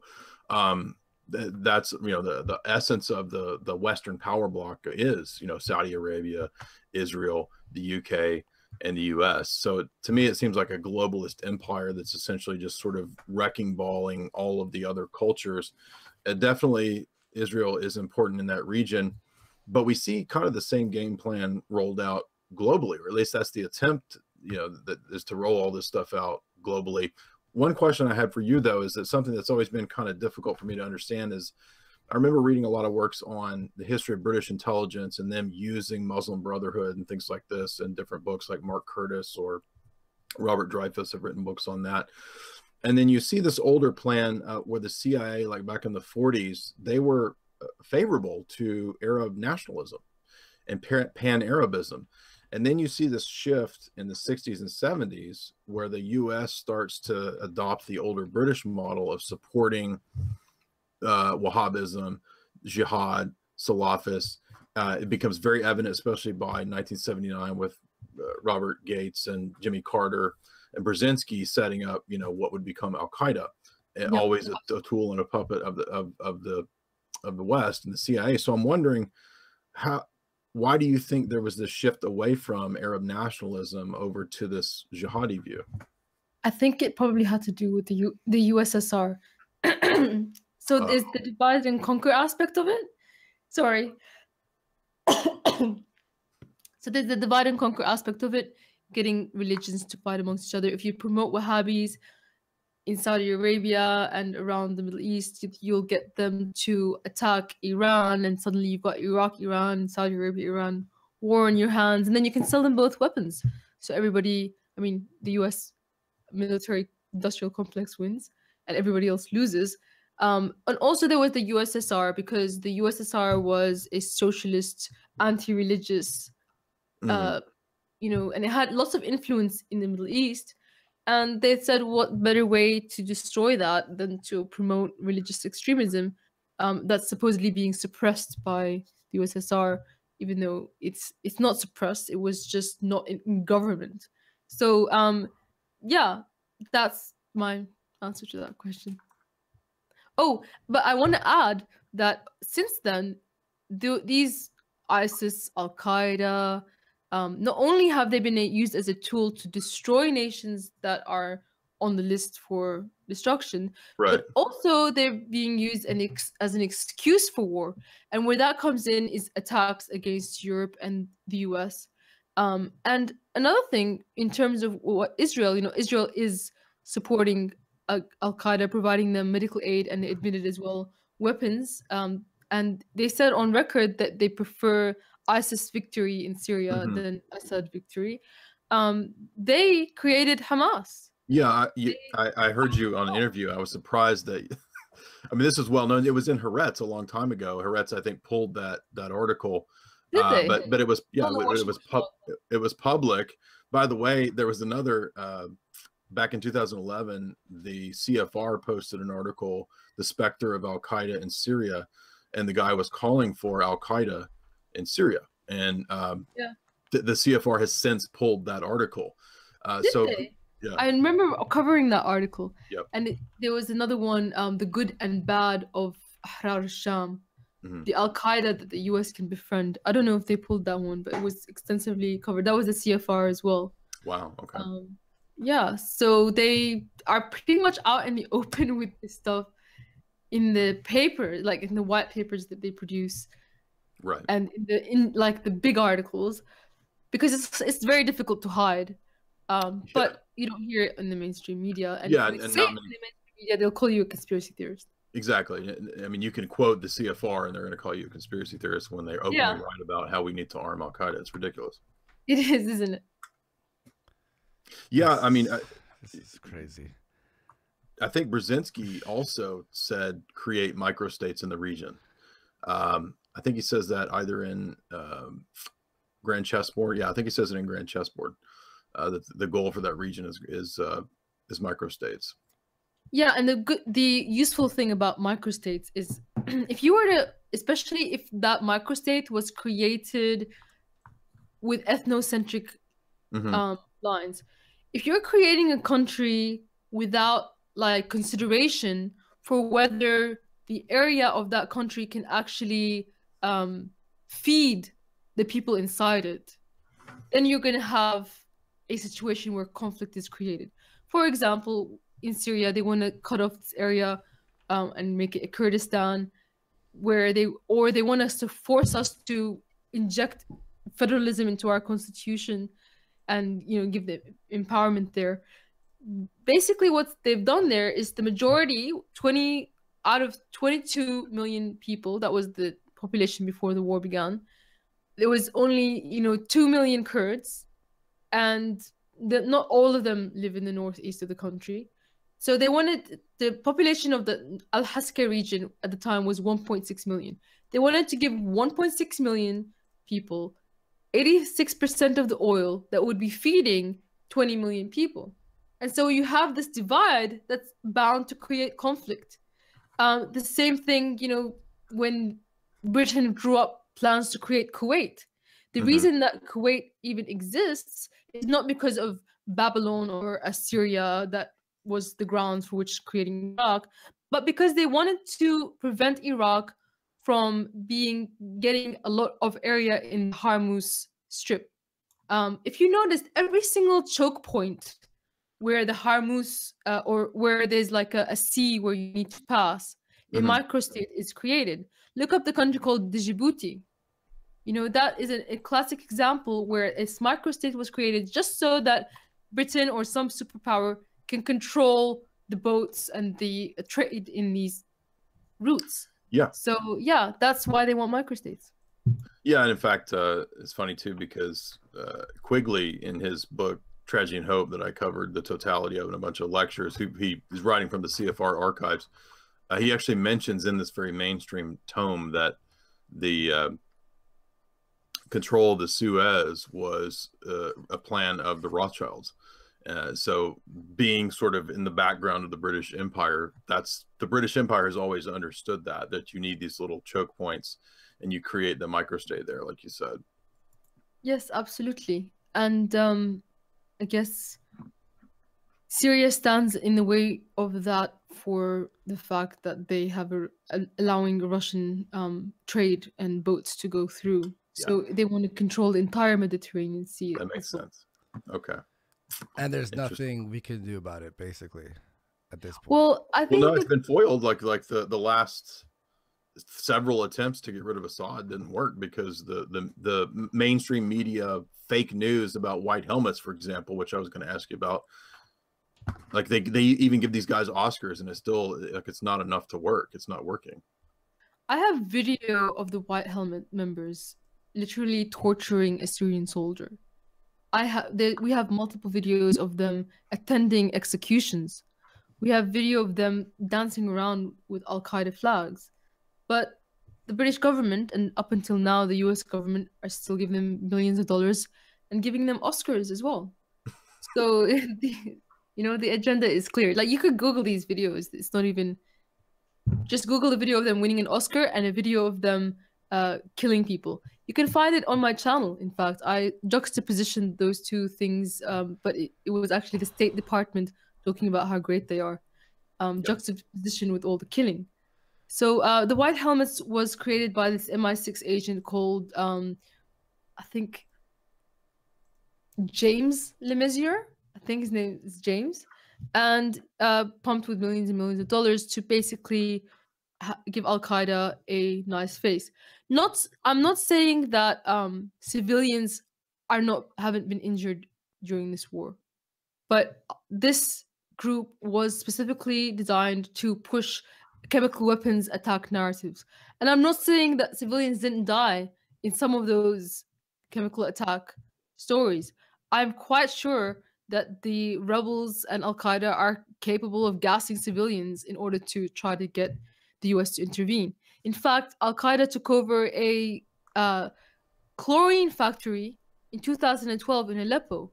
And what is now they're now saying has been used in Syria, since they've dropped the sarin line, now they're saying it's chlorine. Well, they took the chlorine factory. I mean, it's quite obvious what's happening. Yeah, it's obvious, right? Yeah, well, and it's obvious because on the first, no, it wasn't actually the first attack. The first chemical attack that the US was told about was in August in 2013. But actually, the first one was in March in 2013. It was in Aleppo and not Damascus, and it was an attack against a Syrian government-controlled area where Syrian soldiers were among those killed. And the media said, oh, it's not a real attack. Actually, that's the irony. They said, oh, that time they said that wasn't a real attack. And then the Syrian government asked the OPCW to come in and investigate. Guess what happens on the first day that the OPCW arrives in Damascus? The big chemical attack in Ghouta. Now, why would the Syrian government invite people and then do a chemical attack on the day of their arrival? It's ridiculous. Yeah. And the media actually addressed this because Ak Selstrom, the head of the OPCW at the time, who they now booted out, he was quite suspicious about that. And he mentioned it. He's like, why did this happen like hours within our arrival? It doesn't make any sense. And the media came up with a story about how Assad's brother secretly did it in order to do a coup attempt against him. And of course, none of that was true because you could still see his brother around with him. And they forgot about the story. So that has never been explained. And of course, it's because it's a false flag. Yeah, it was fake. It reminds me of the fact that Foreign Policy magazine ran articles admitting that the CIA gave Saddam all of the gases that he supposedly used against Iran. Yeah. And then that was the pretense for Saddam's destruction, as W said, right? He's got mustard gases. The CIA is the one that supposedly gave Saddam the mustard gases. Yeah, he was a CIA agent, actually. Right. That's how it started up. Yeah. But one thing that annoys me is that, as someone who is part of the alternative media, who's been doing this for a long time, we fought hard to prove, whenever we say anything is fake, there's always a mound of evidence to back that up. But these days, people are just shooting down truths by saying fake news without any effort to disprove it at all. I mean, there's one video that's been going around where these people in body bags one of them is scratching his nose, and they say, these are this is Hamas pretending that people died in Gaza, and look, they're scratching their nose. That video is actually from Egypt for a protest against ISIS. Yeah. So, that is, and they're the ones crying fake news, but they're the ones faking the fake news. So that's something that us in the alternative media, we have to fight, because for every conspiracy that we've exposed, we've had to be diligent in the fact checks that we've made. But for every conspiracy that the globalists and the neocons and the warmongers are claiming against us, they don't seem to have the same standard. No. They can say anything is fake. Yeah, and this is quite clearly something drawn up like under maybe like Cass Sunstein. If you read his paper on cognitive infiltration, he wrote about how to disrupt alternative media through creating fake news. He talked about this years ago in one of his papers. He was, I forget what his exact role under Obama was, but then I think he went to the NSA eventually. But he wrote this paper on conspiracy theories, alternative media, and cognitive infiltration. And it's all about how to combat this stuff, written several years ago. But then you start to see fake conspiracies promoted in the alternative media, which are obvious, just counterintelligence operations. But the fake news thing was an interesting kind of twist where it's another version of counterintelligence where they put that out there precisely to discredit alternative media. And the irony is that they are the greatest purveyors of fake news. Indeed. And maybe because the term conspiracy theory kind of went out of fashion, because the CIA made that to discredit people who legitimately were exposing conspiracy theories, conspiracies in the White House. Exact same thing over again. Yes, exact same thing. This is what, and we're trying to take this term fake news back from them. So it's become like a fake news war. Everyone's accusing each other of fake news, but only one side is actually being diligent about it and proving that there's fake news. And that's not the side that's pushing for war. So Andy smeared himself in mayonnaise earlier today for shekels. I did. Is Syrian girl going to smear herself in mayonnaise and potato chips for money, or let's see is what she the chat morally above says. that? What else you got? Let's see what the chat says. Is She's above that. what can what I got can about I do? 100 donations in about a second. I don't there. have any mayonnaise. I can eat Suddenly another chip. the money starts pouring in. Here comes the money, dude. But a chip's stuck in my throat from realizing that I was eating chips live.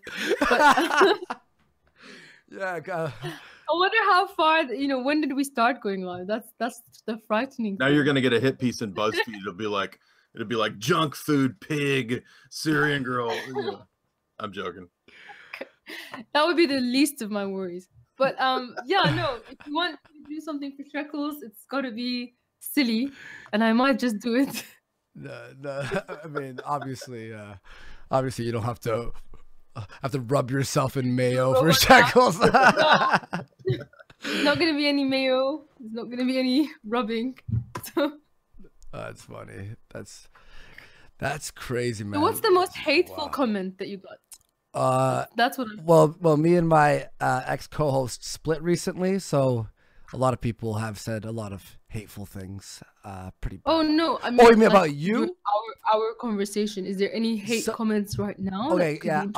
A few people think like most people like are intrigued and listening, but there are a few people who were like, oh, she's lying. What else? Like basically that you aren't being truthful. Oh. But okay. you'd have You to didn't specify. You'd have to. About No, what? it's just like straight up. Yo, Fake she's news. lying. Yeah, fake news, all that stuff. You'd have to like. Obviously, we'd have to have some specifics. I could go through.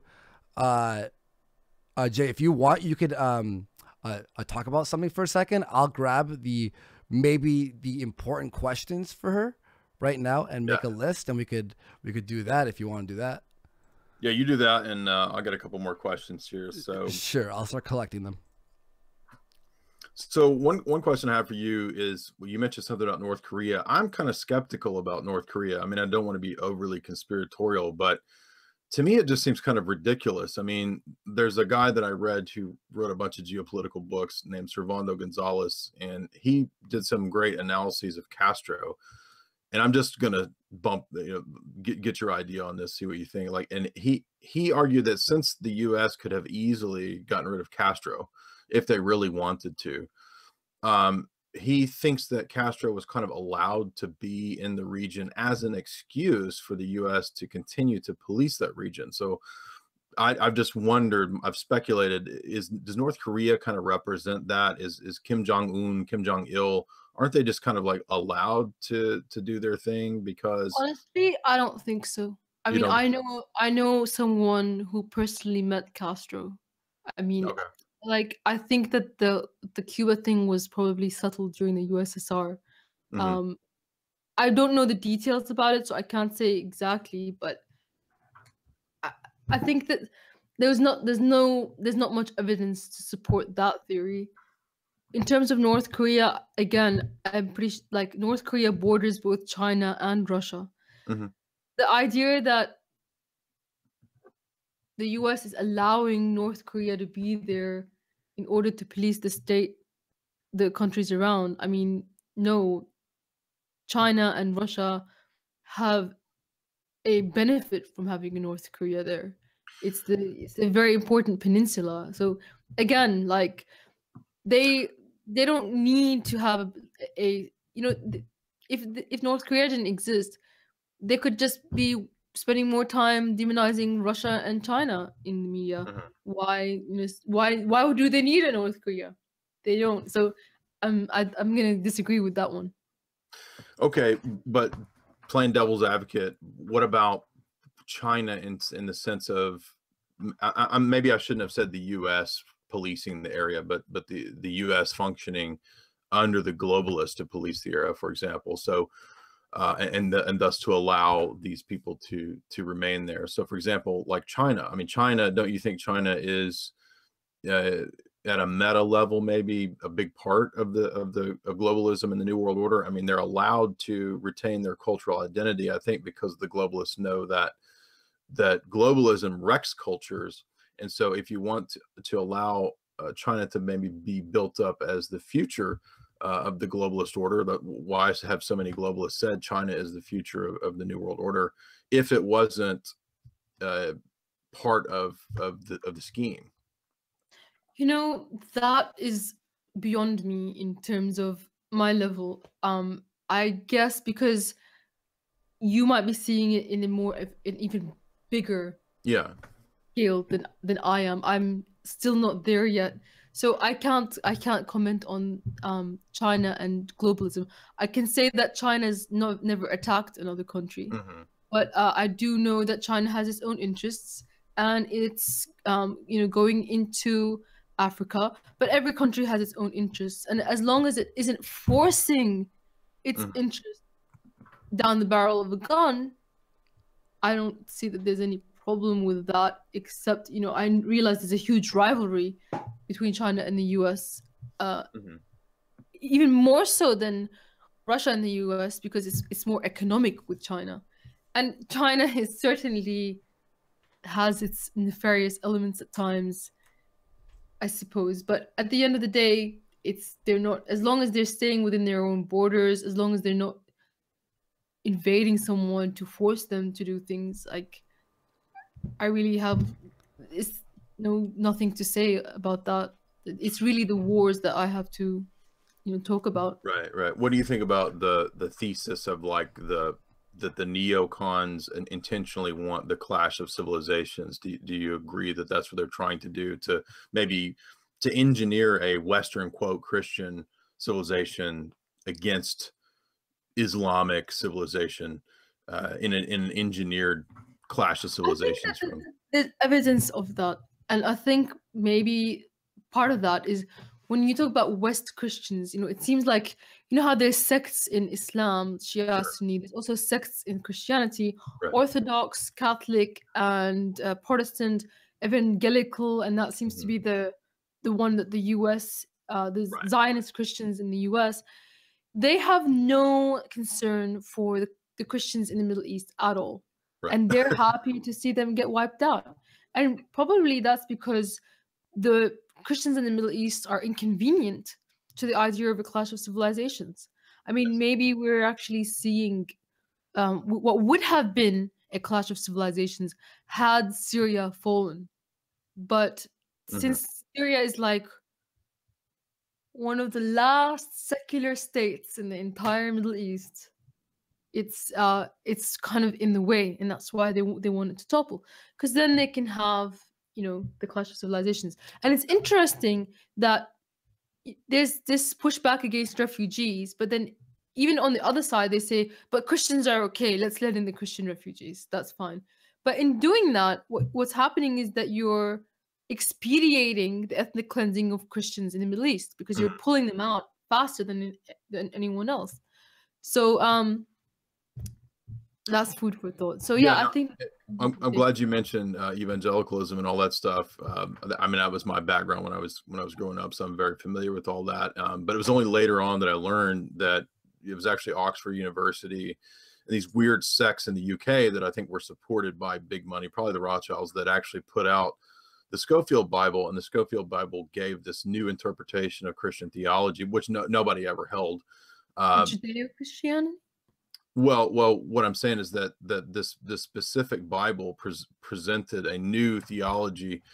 I have the Scofield Bible from back when I was a kid, but the idea was that, now the church in Christian theology is supposed to kind of be the successor to what Israel is. But now that this new theology is, no, it's actually still Israel, and you have to support the nation state of Israel. So what I'm getting at is that the British Empire was consciously, through Oxford Publishing, putting out this study Bible right before the Balfour Declaration and the eventual establishment of the nation state of Israel. So it makes perfect sense, because during the Crusades, the state of Jerusalem was supposed to be controlled by Christians according to the Crusader mentality. And now that Christianity has been completely flipped over to, no, we need Jewish control of Jerusalem. And it goes back to the Messianic prophecy. I mean, you mentioned Mecca, Britain controlling Mecca. Maybe there's an agenda to control the most important religious sites. But the Temple Mount, which they say is also the site of Al-Aqsa Mosque, which is it's a special mosque because it's supposed to be built on the site where the Prophet Muhammad met the angel Gabriel and gave him the prophecy. So that area is supposed to be also where the Messiah returns, because it's supposed to be the mount, the Temple Mount of David, as far as I understand. So the Messianic prophecy is that if you can, for the Zionist Christian and the Zionist Jew, is that they want to control this area and the Messiah will come. And that will be the end of the world, the apocalypse.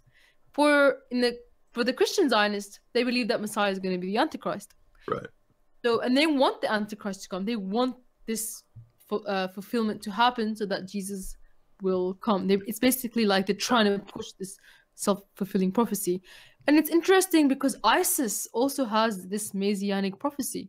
I mean, they wanted to control Damascus because they believed if they could do that, the battle of the end of day is in a city nearby called Dabiq that they wanted to control, and they wanted their Messiah to come too, which for Muslims is Jesus. So but there's supposed to be an Antichrist that comes before him anyway. So yeah, there's all these Messianic cults that are killing the people of the Levant, which happens to be Syrians and Palestinians, and they are a people that are kind of a bit more separate to the Gulf Arab people. They're a unique minority, you might say, that's just getting the brunt of everyone's Messianic prophecies on our land, from the Crusades to the Jews of the world to ISIS of the world. Everyone wants a piece of us. So I think it's unfortunate that Christianity came from Levant, because it's come back to bite us in a way. And not just Christianity, I'm talking about all Abrahamic religions came from the Levant. So yeah, unlucky for us in some ways, but in other ways very good for us. Yeah. So I looked through all the super chats. Most of them are just like awesome show. A lot of people are also saying that you're hot. I'm just gonna say that a lot of people are super chatting about that. Someone asked for your number, but the only one thing that I only found one out of that entire pile, but all of them were positive except this one. Mike Seppi for 5. He says, Andy, you low IQ fuck, stop listening to this Russian shill. Be critical and push back. I'm just giving the one. Everything else was like, yo, she's awesome. This is a great show. Jay Dyer's awesome as co-host, etc., etc. It's all positive. And then I found this one. No actual questions, just people listening and enjoying the show. But there was. I'm happy for anyone to push back. I mean, I definitely will be able to bring it and defend my position.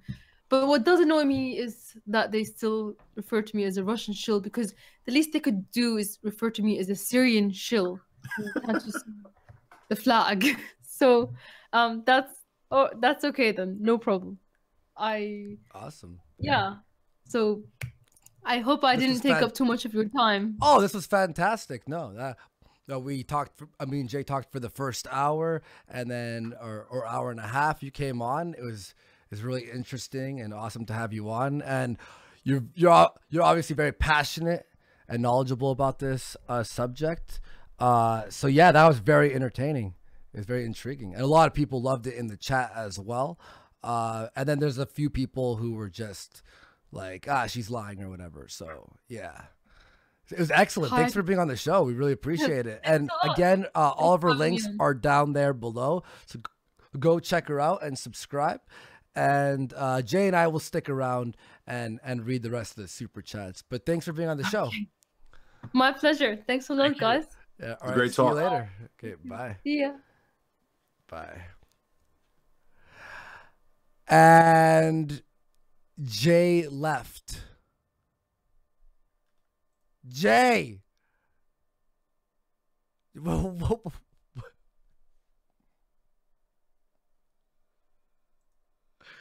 Jay. I mean, I'll do it on my own. That was awesome. I had a lot of fun there. Let me see. Let me see. Yo, I'm gonna write to Jay. Yo, Jay, did you wanna stick around? LOL. I don't know. Maybe he fucked up that whole thing. He's like, peace. All right. Fuck yeah. I'll keep an eye out on Twitter. He quit. There he is. I was just like, Jay.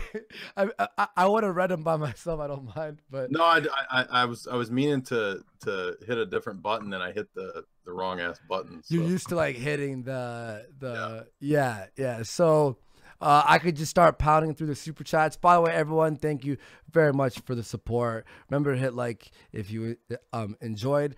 Jay, I don't know how you feel, but today was awesome. I had a blast. It's up to you. It's your show. It's whatever you think, man. So far, let's keep trucking. Like I'm in. I was very intrigued. She was an awesome speaker. She was great. A lot of people liked her. There were, again, people who disagreed with her, but obviously it's going to happen. To everyone who supported the show, man, thank you so much. That's massive. And like the first hour and a half was excellent. I'm going to also, by the way, rewatch the first hour and a half because there's so much points that we kept moving on like I was like, oh, but I still wanted to ask about this. But yeah, man, I had a blast. Everyone, let's take a poll in the chat. Press 1 if you liked Jay, and press 2 if you didn't. So far, like everyone loved you from what I saw. Let's just wait because there's a little bit of a lag here. Yep. All right, let's see. Let the crowd, let the mob decide. Yeah. We got 1, 2. One, 2, 1.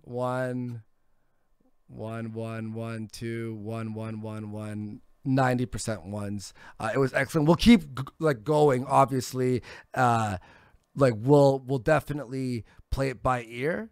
But I had a fucking blast, dude. That was great. Yeah, you want me to read some of these? Yeah, man. Let me. How I usually do this is I'll share my screen right here for you. Hang on, let me make sure the camera is on both of us. There we go. Nope, that's just you. Perfect. Awesome. And screw all. Like whenever I went off camera, like I would focus on you because it was just her talking or you. Everyone's like, Andy's jerking off. Andy's jerking. Yeah, right. I figured that. Yeah. They would fucking think that. So we were right here. So you can click my screen there and it will it will be on that. Perfect. And yeah, like here. Do you want to read a few? Just get like warmed up. Sure, there. yeah, let's see. I'm trying to Okay, we were right here on Epion Wing. Oh wait, sorry. No, we did that one right here. We on Evan Schultz. Let me make it bigger because I can't see this shit. Sounds good, dude. If you need, I could probably zoom in a little bit too. Can you zoom in a little bit? Yeah, it's kind of small on my computer. There we go. Is that better? A little more. A little more, sure. All right, cool. Evan says, so glad to see Jay here. You have fooled the role of a high IQ co-host and up to the bar. Jay brings so much to the table. Added bonus, he knows what a universal claim is. Thank you, Evan. Appreciate that. And also, just so you know, it's like just say their full name and then the amount they donated.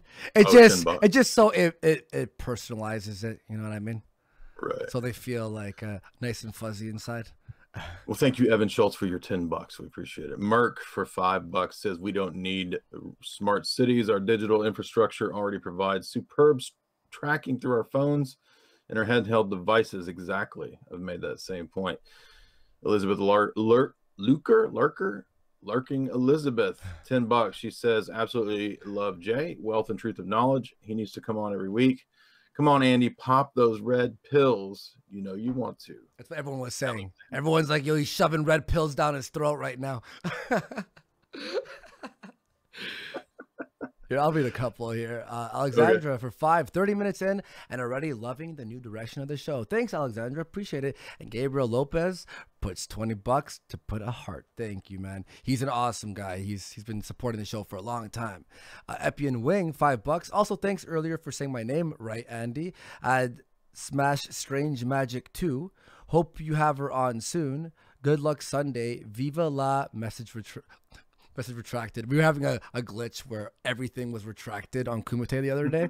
Pog for 2. Bring the noise tonight, Warski. It's been a while. Enrique Martinez for 3. How is the Mayo treating you? I did write in the side chat. No one knew when I was off camera. I'm like, I have to go to the washroom. I fucking booked it. Elizabeth Lurker for $20 says, bless your heart, Andy. That commercial, can't remember what company ad was for, where the people's heads pop open and purple air goes out, is what I kept thinking of watching Jay open your mind up. Frank for 2. Andy, less weed. Okay, fine, fair enough. Adam Johnson for 5. Andy, keep these types of streams up. A philosophical, god damn it, political, etc.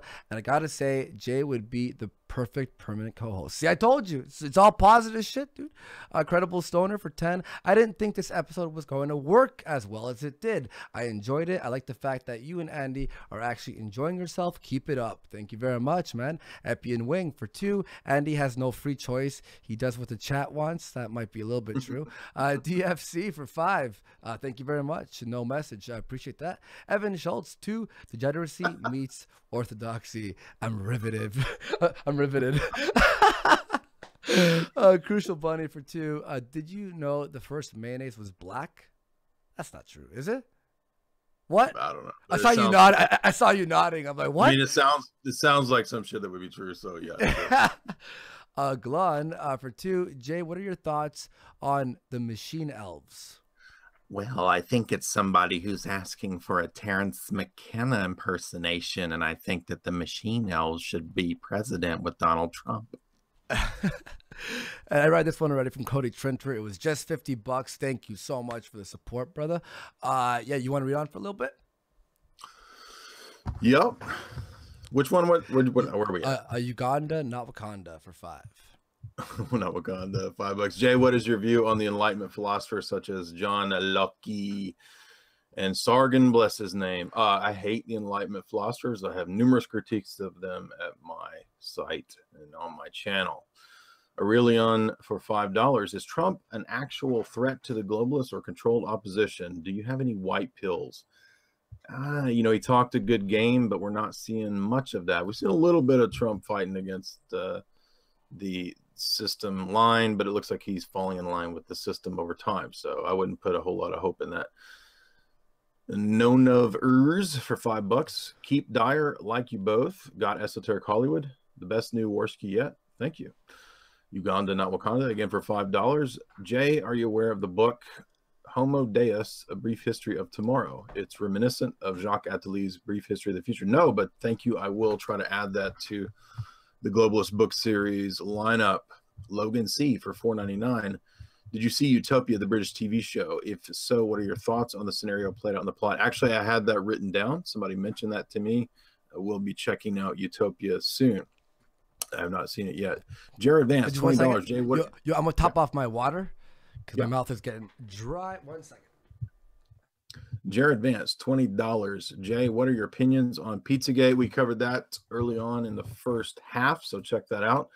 Also, are there 2 major busts of CP with one dude and 2 guys who ran an Elysium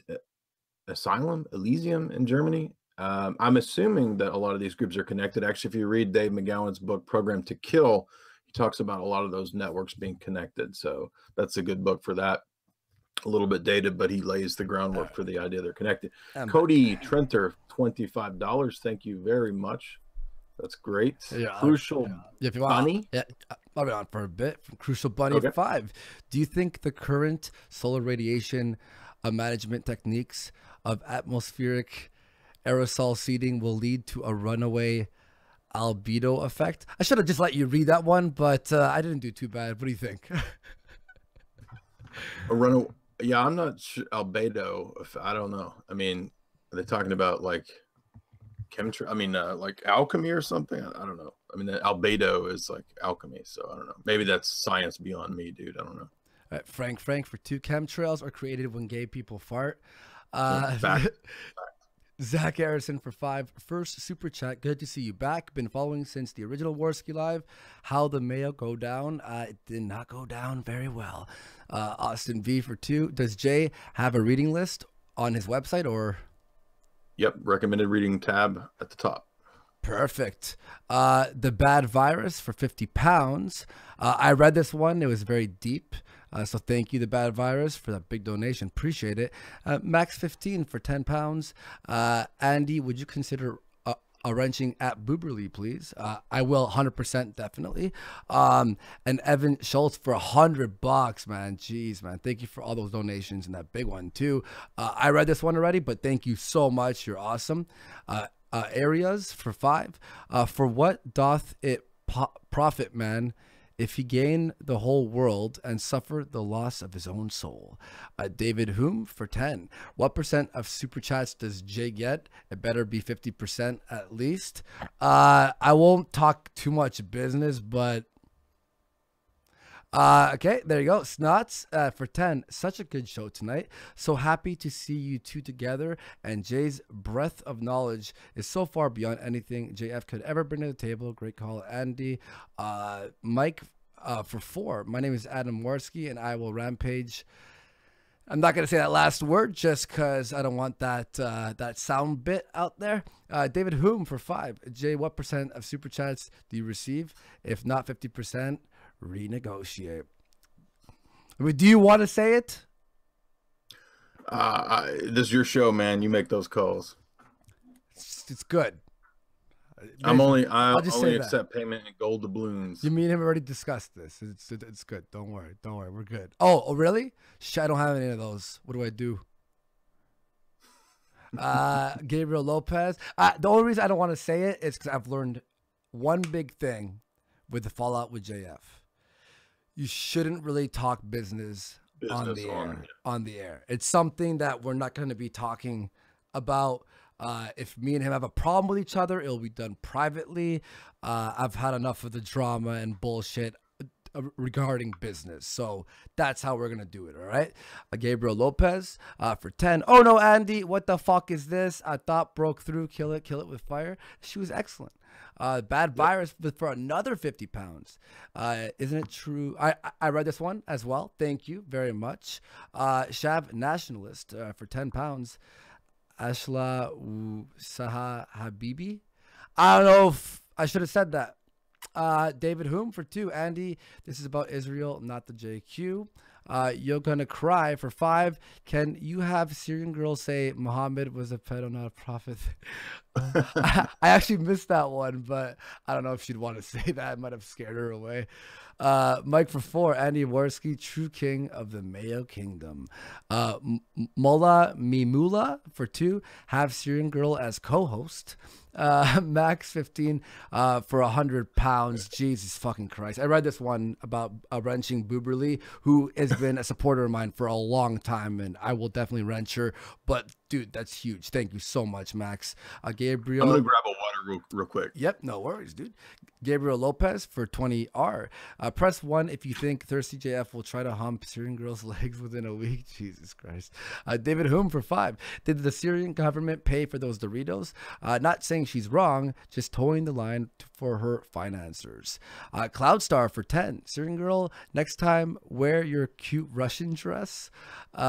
Mike Seppi, that's the one I read because it was the one negative one. I mean, thank you for putting in your 2 cents. Appreciate it, man. Dog baths inactive account for 5. Andy, drink mustard next week and see how much Your worldview expands. Good show. Thanks, Andy. And extra thanks to Kang Mayo. Cody Trinter for 25 bucks. Quit being shy. How did I miss this? Yo, do you see that? I didn't see this one. What the fuck? Was this added? I think it was. I saw it, but I didn't understand it. It was the thing. It was the thing where, it was the thing where I was scrolling, and then it adds all the super chats. Sorry, Cody. I don't know if this is about. It says, "Quit being shy, you bitch. Acting like a nervous girl when you got a good thing going so far. Maybe don't fuck it up this time. Still won't let me donate $100. Fuck you, Google. Get Mayo on." He talking to me? I don't know.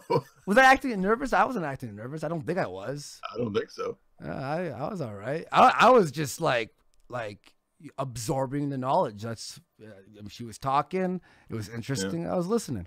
But I'll try not to fuck it up this time. All right. That's why we're gonna do business talks behind the scenes. Mike for 4. Praise our Lord Dagon. You want to read on for a little bit? Yeah, Logan C says for $4.99, does she like President Eye Doctor, good guy or bad guy? That is just her cadence. Cody Trenter for $2. Seriously took that long before it let me donate. Well, thank you anyway. Ray Palmer, $4.99. A certain group of people seem to be involved in a lot of coincidence. So happy to see that Parson Girl is part of this program. Warski, great episode. Darth Arkson for $2. Can I have her number? 8675309 is her number. Young Corduroy, $2. I unsubscribe after JF left, but I resubbed for Jay. Thank you. Fair enough. Valentine, $10. The problem with many modern Christians is they lack knowledge in basic theology. Doctrine known as dispensationalism is what fuels the modern state of Israel. Yes, that's what I was getting into with her there towards the end. Thank you, Valentin. Clausen, Lord of Virulence, $7. The chat is easily pleased, i.e. Aaron. She can keep Syria. I want Mars. Darth Artson again. Okay, yeah. Fuck Jay. Make me a co-host. Sure, yeah. We'll talk about that after the show. Max 15 for £5. Andy, please mod Booberly. I'm running out of money, dude. I promise you I will. I will do that definitely. John Smith for 4. Jay, what is your political ideology? Which you brought up in the beginning of the show, but obviously people it's kind of I'm more of a traditional conservative type. Sounds good. Jesse James for 2. Jay did good. Want to see a Styx audition? Haha. We'll have Styx on sometime, definitely. That'd be a fun show too. And let me just stop sharing so I can read this last one. Cody Trinter for 20. Yes, I was talking to you. How else am I going to sell my internet drugs? And then Colossal Lord of Verlin says, that's all, folks. But like, that's all, folks. Making fun of my stutter there. Fair enough. I can't bash you on that. That was a fucking fun show, dude. I had a blast. Thank you, everyone, for the support. Go check out Jay.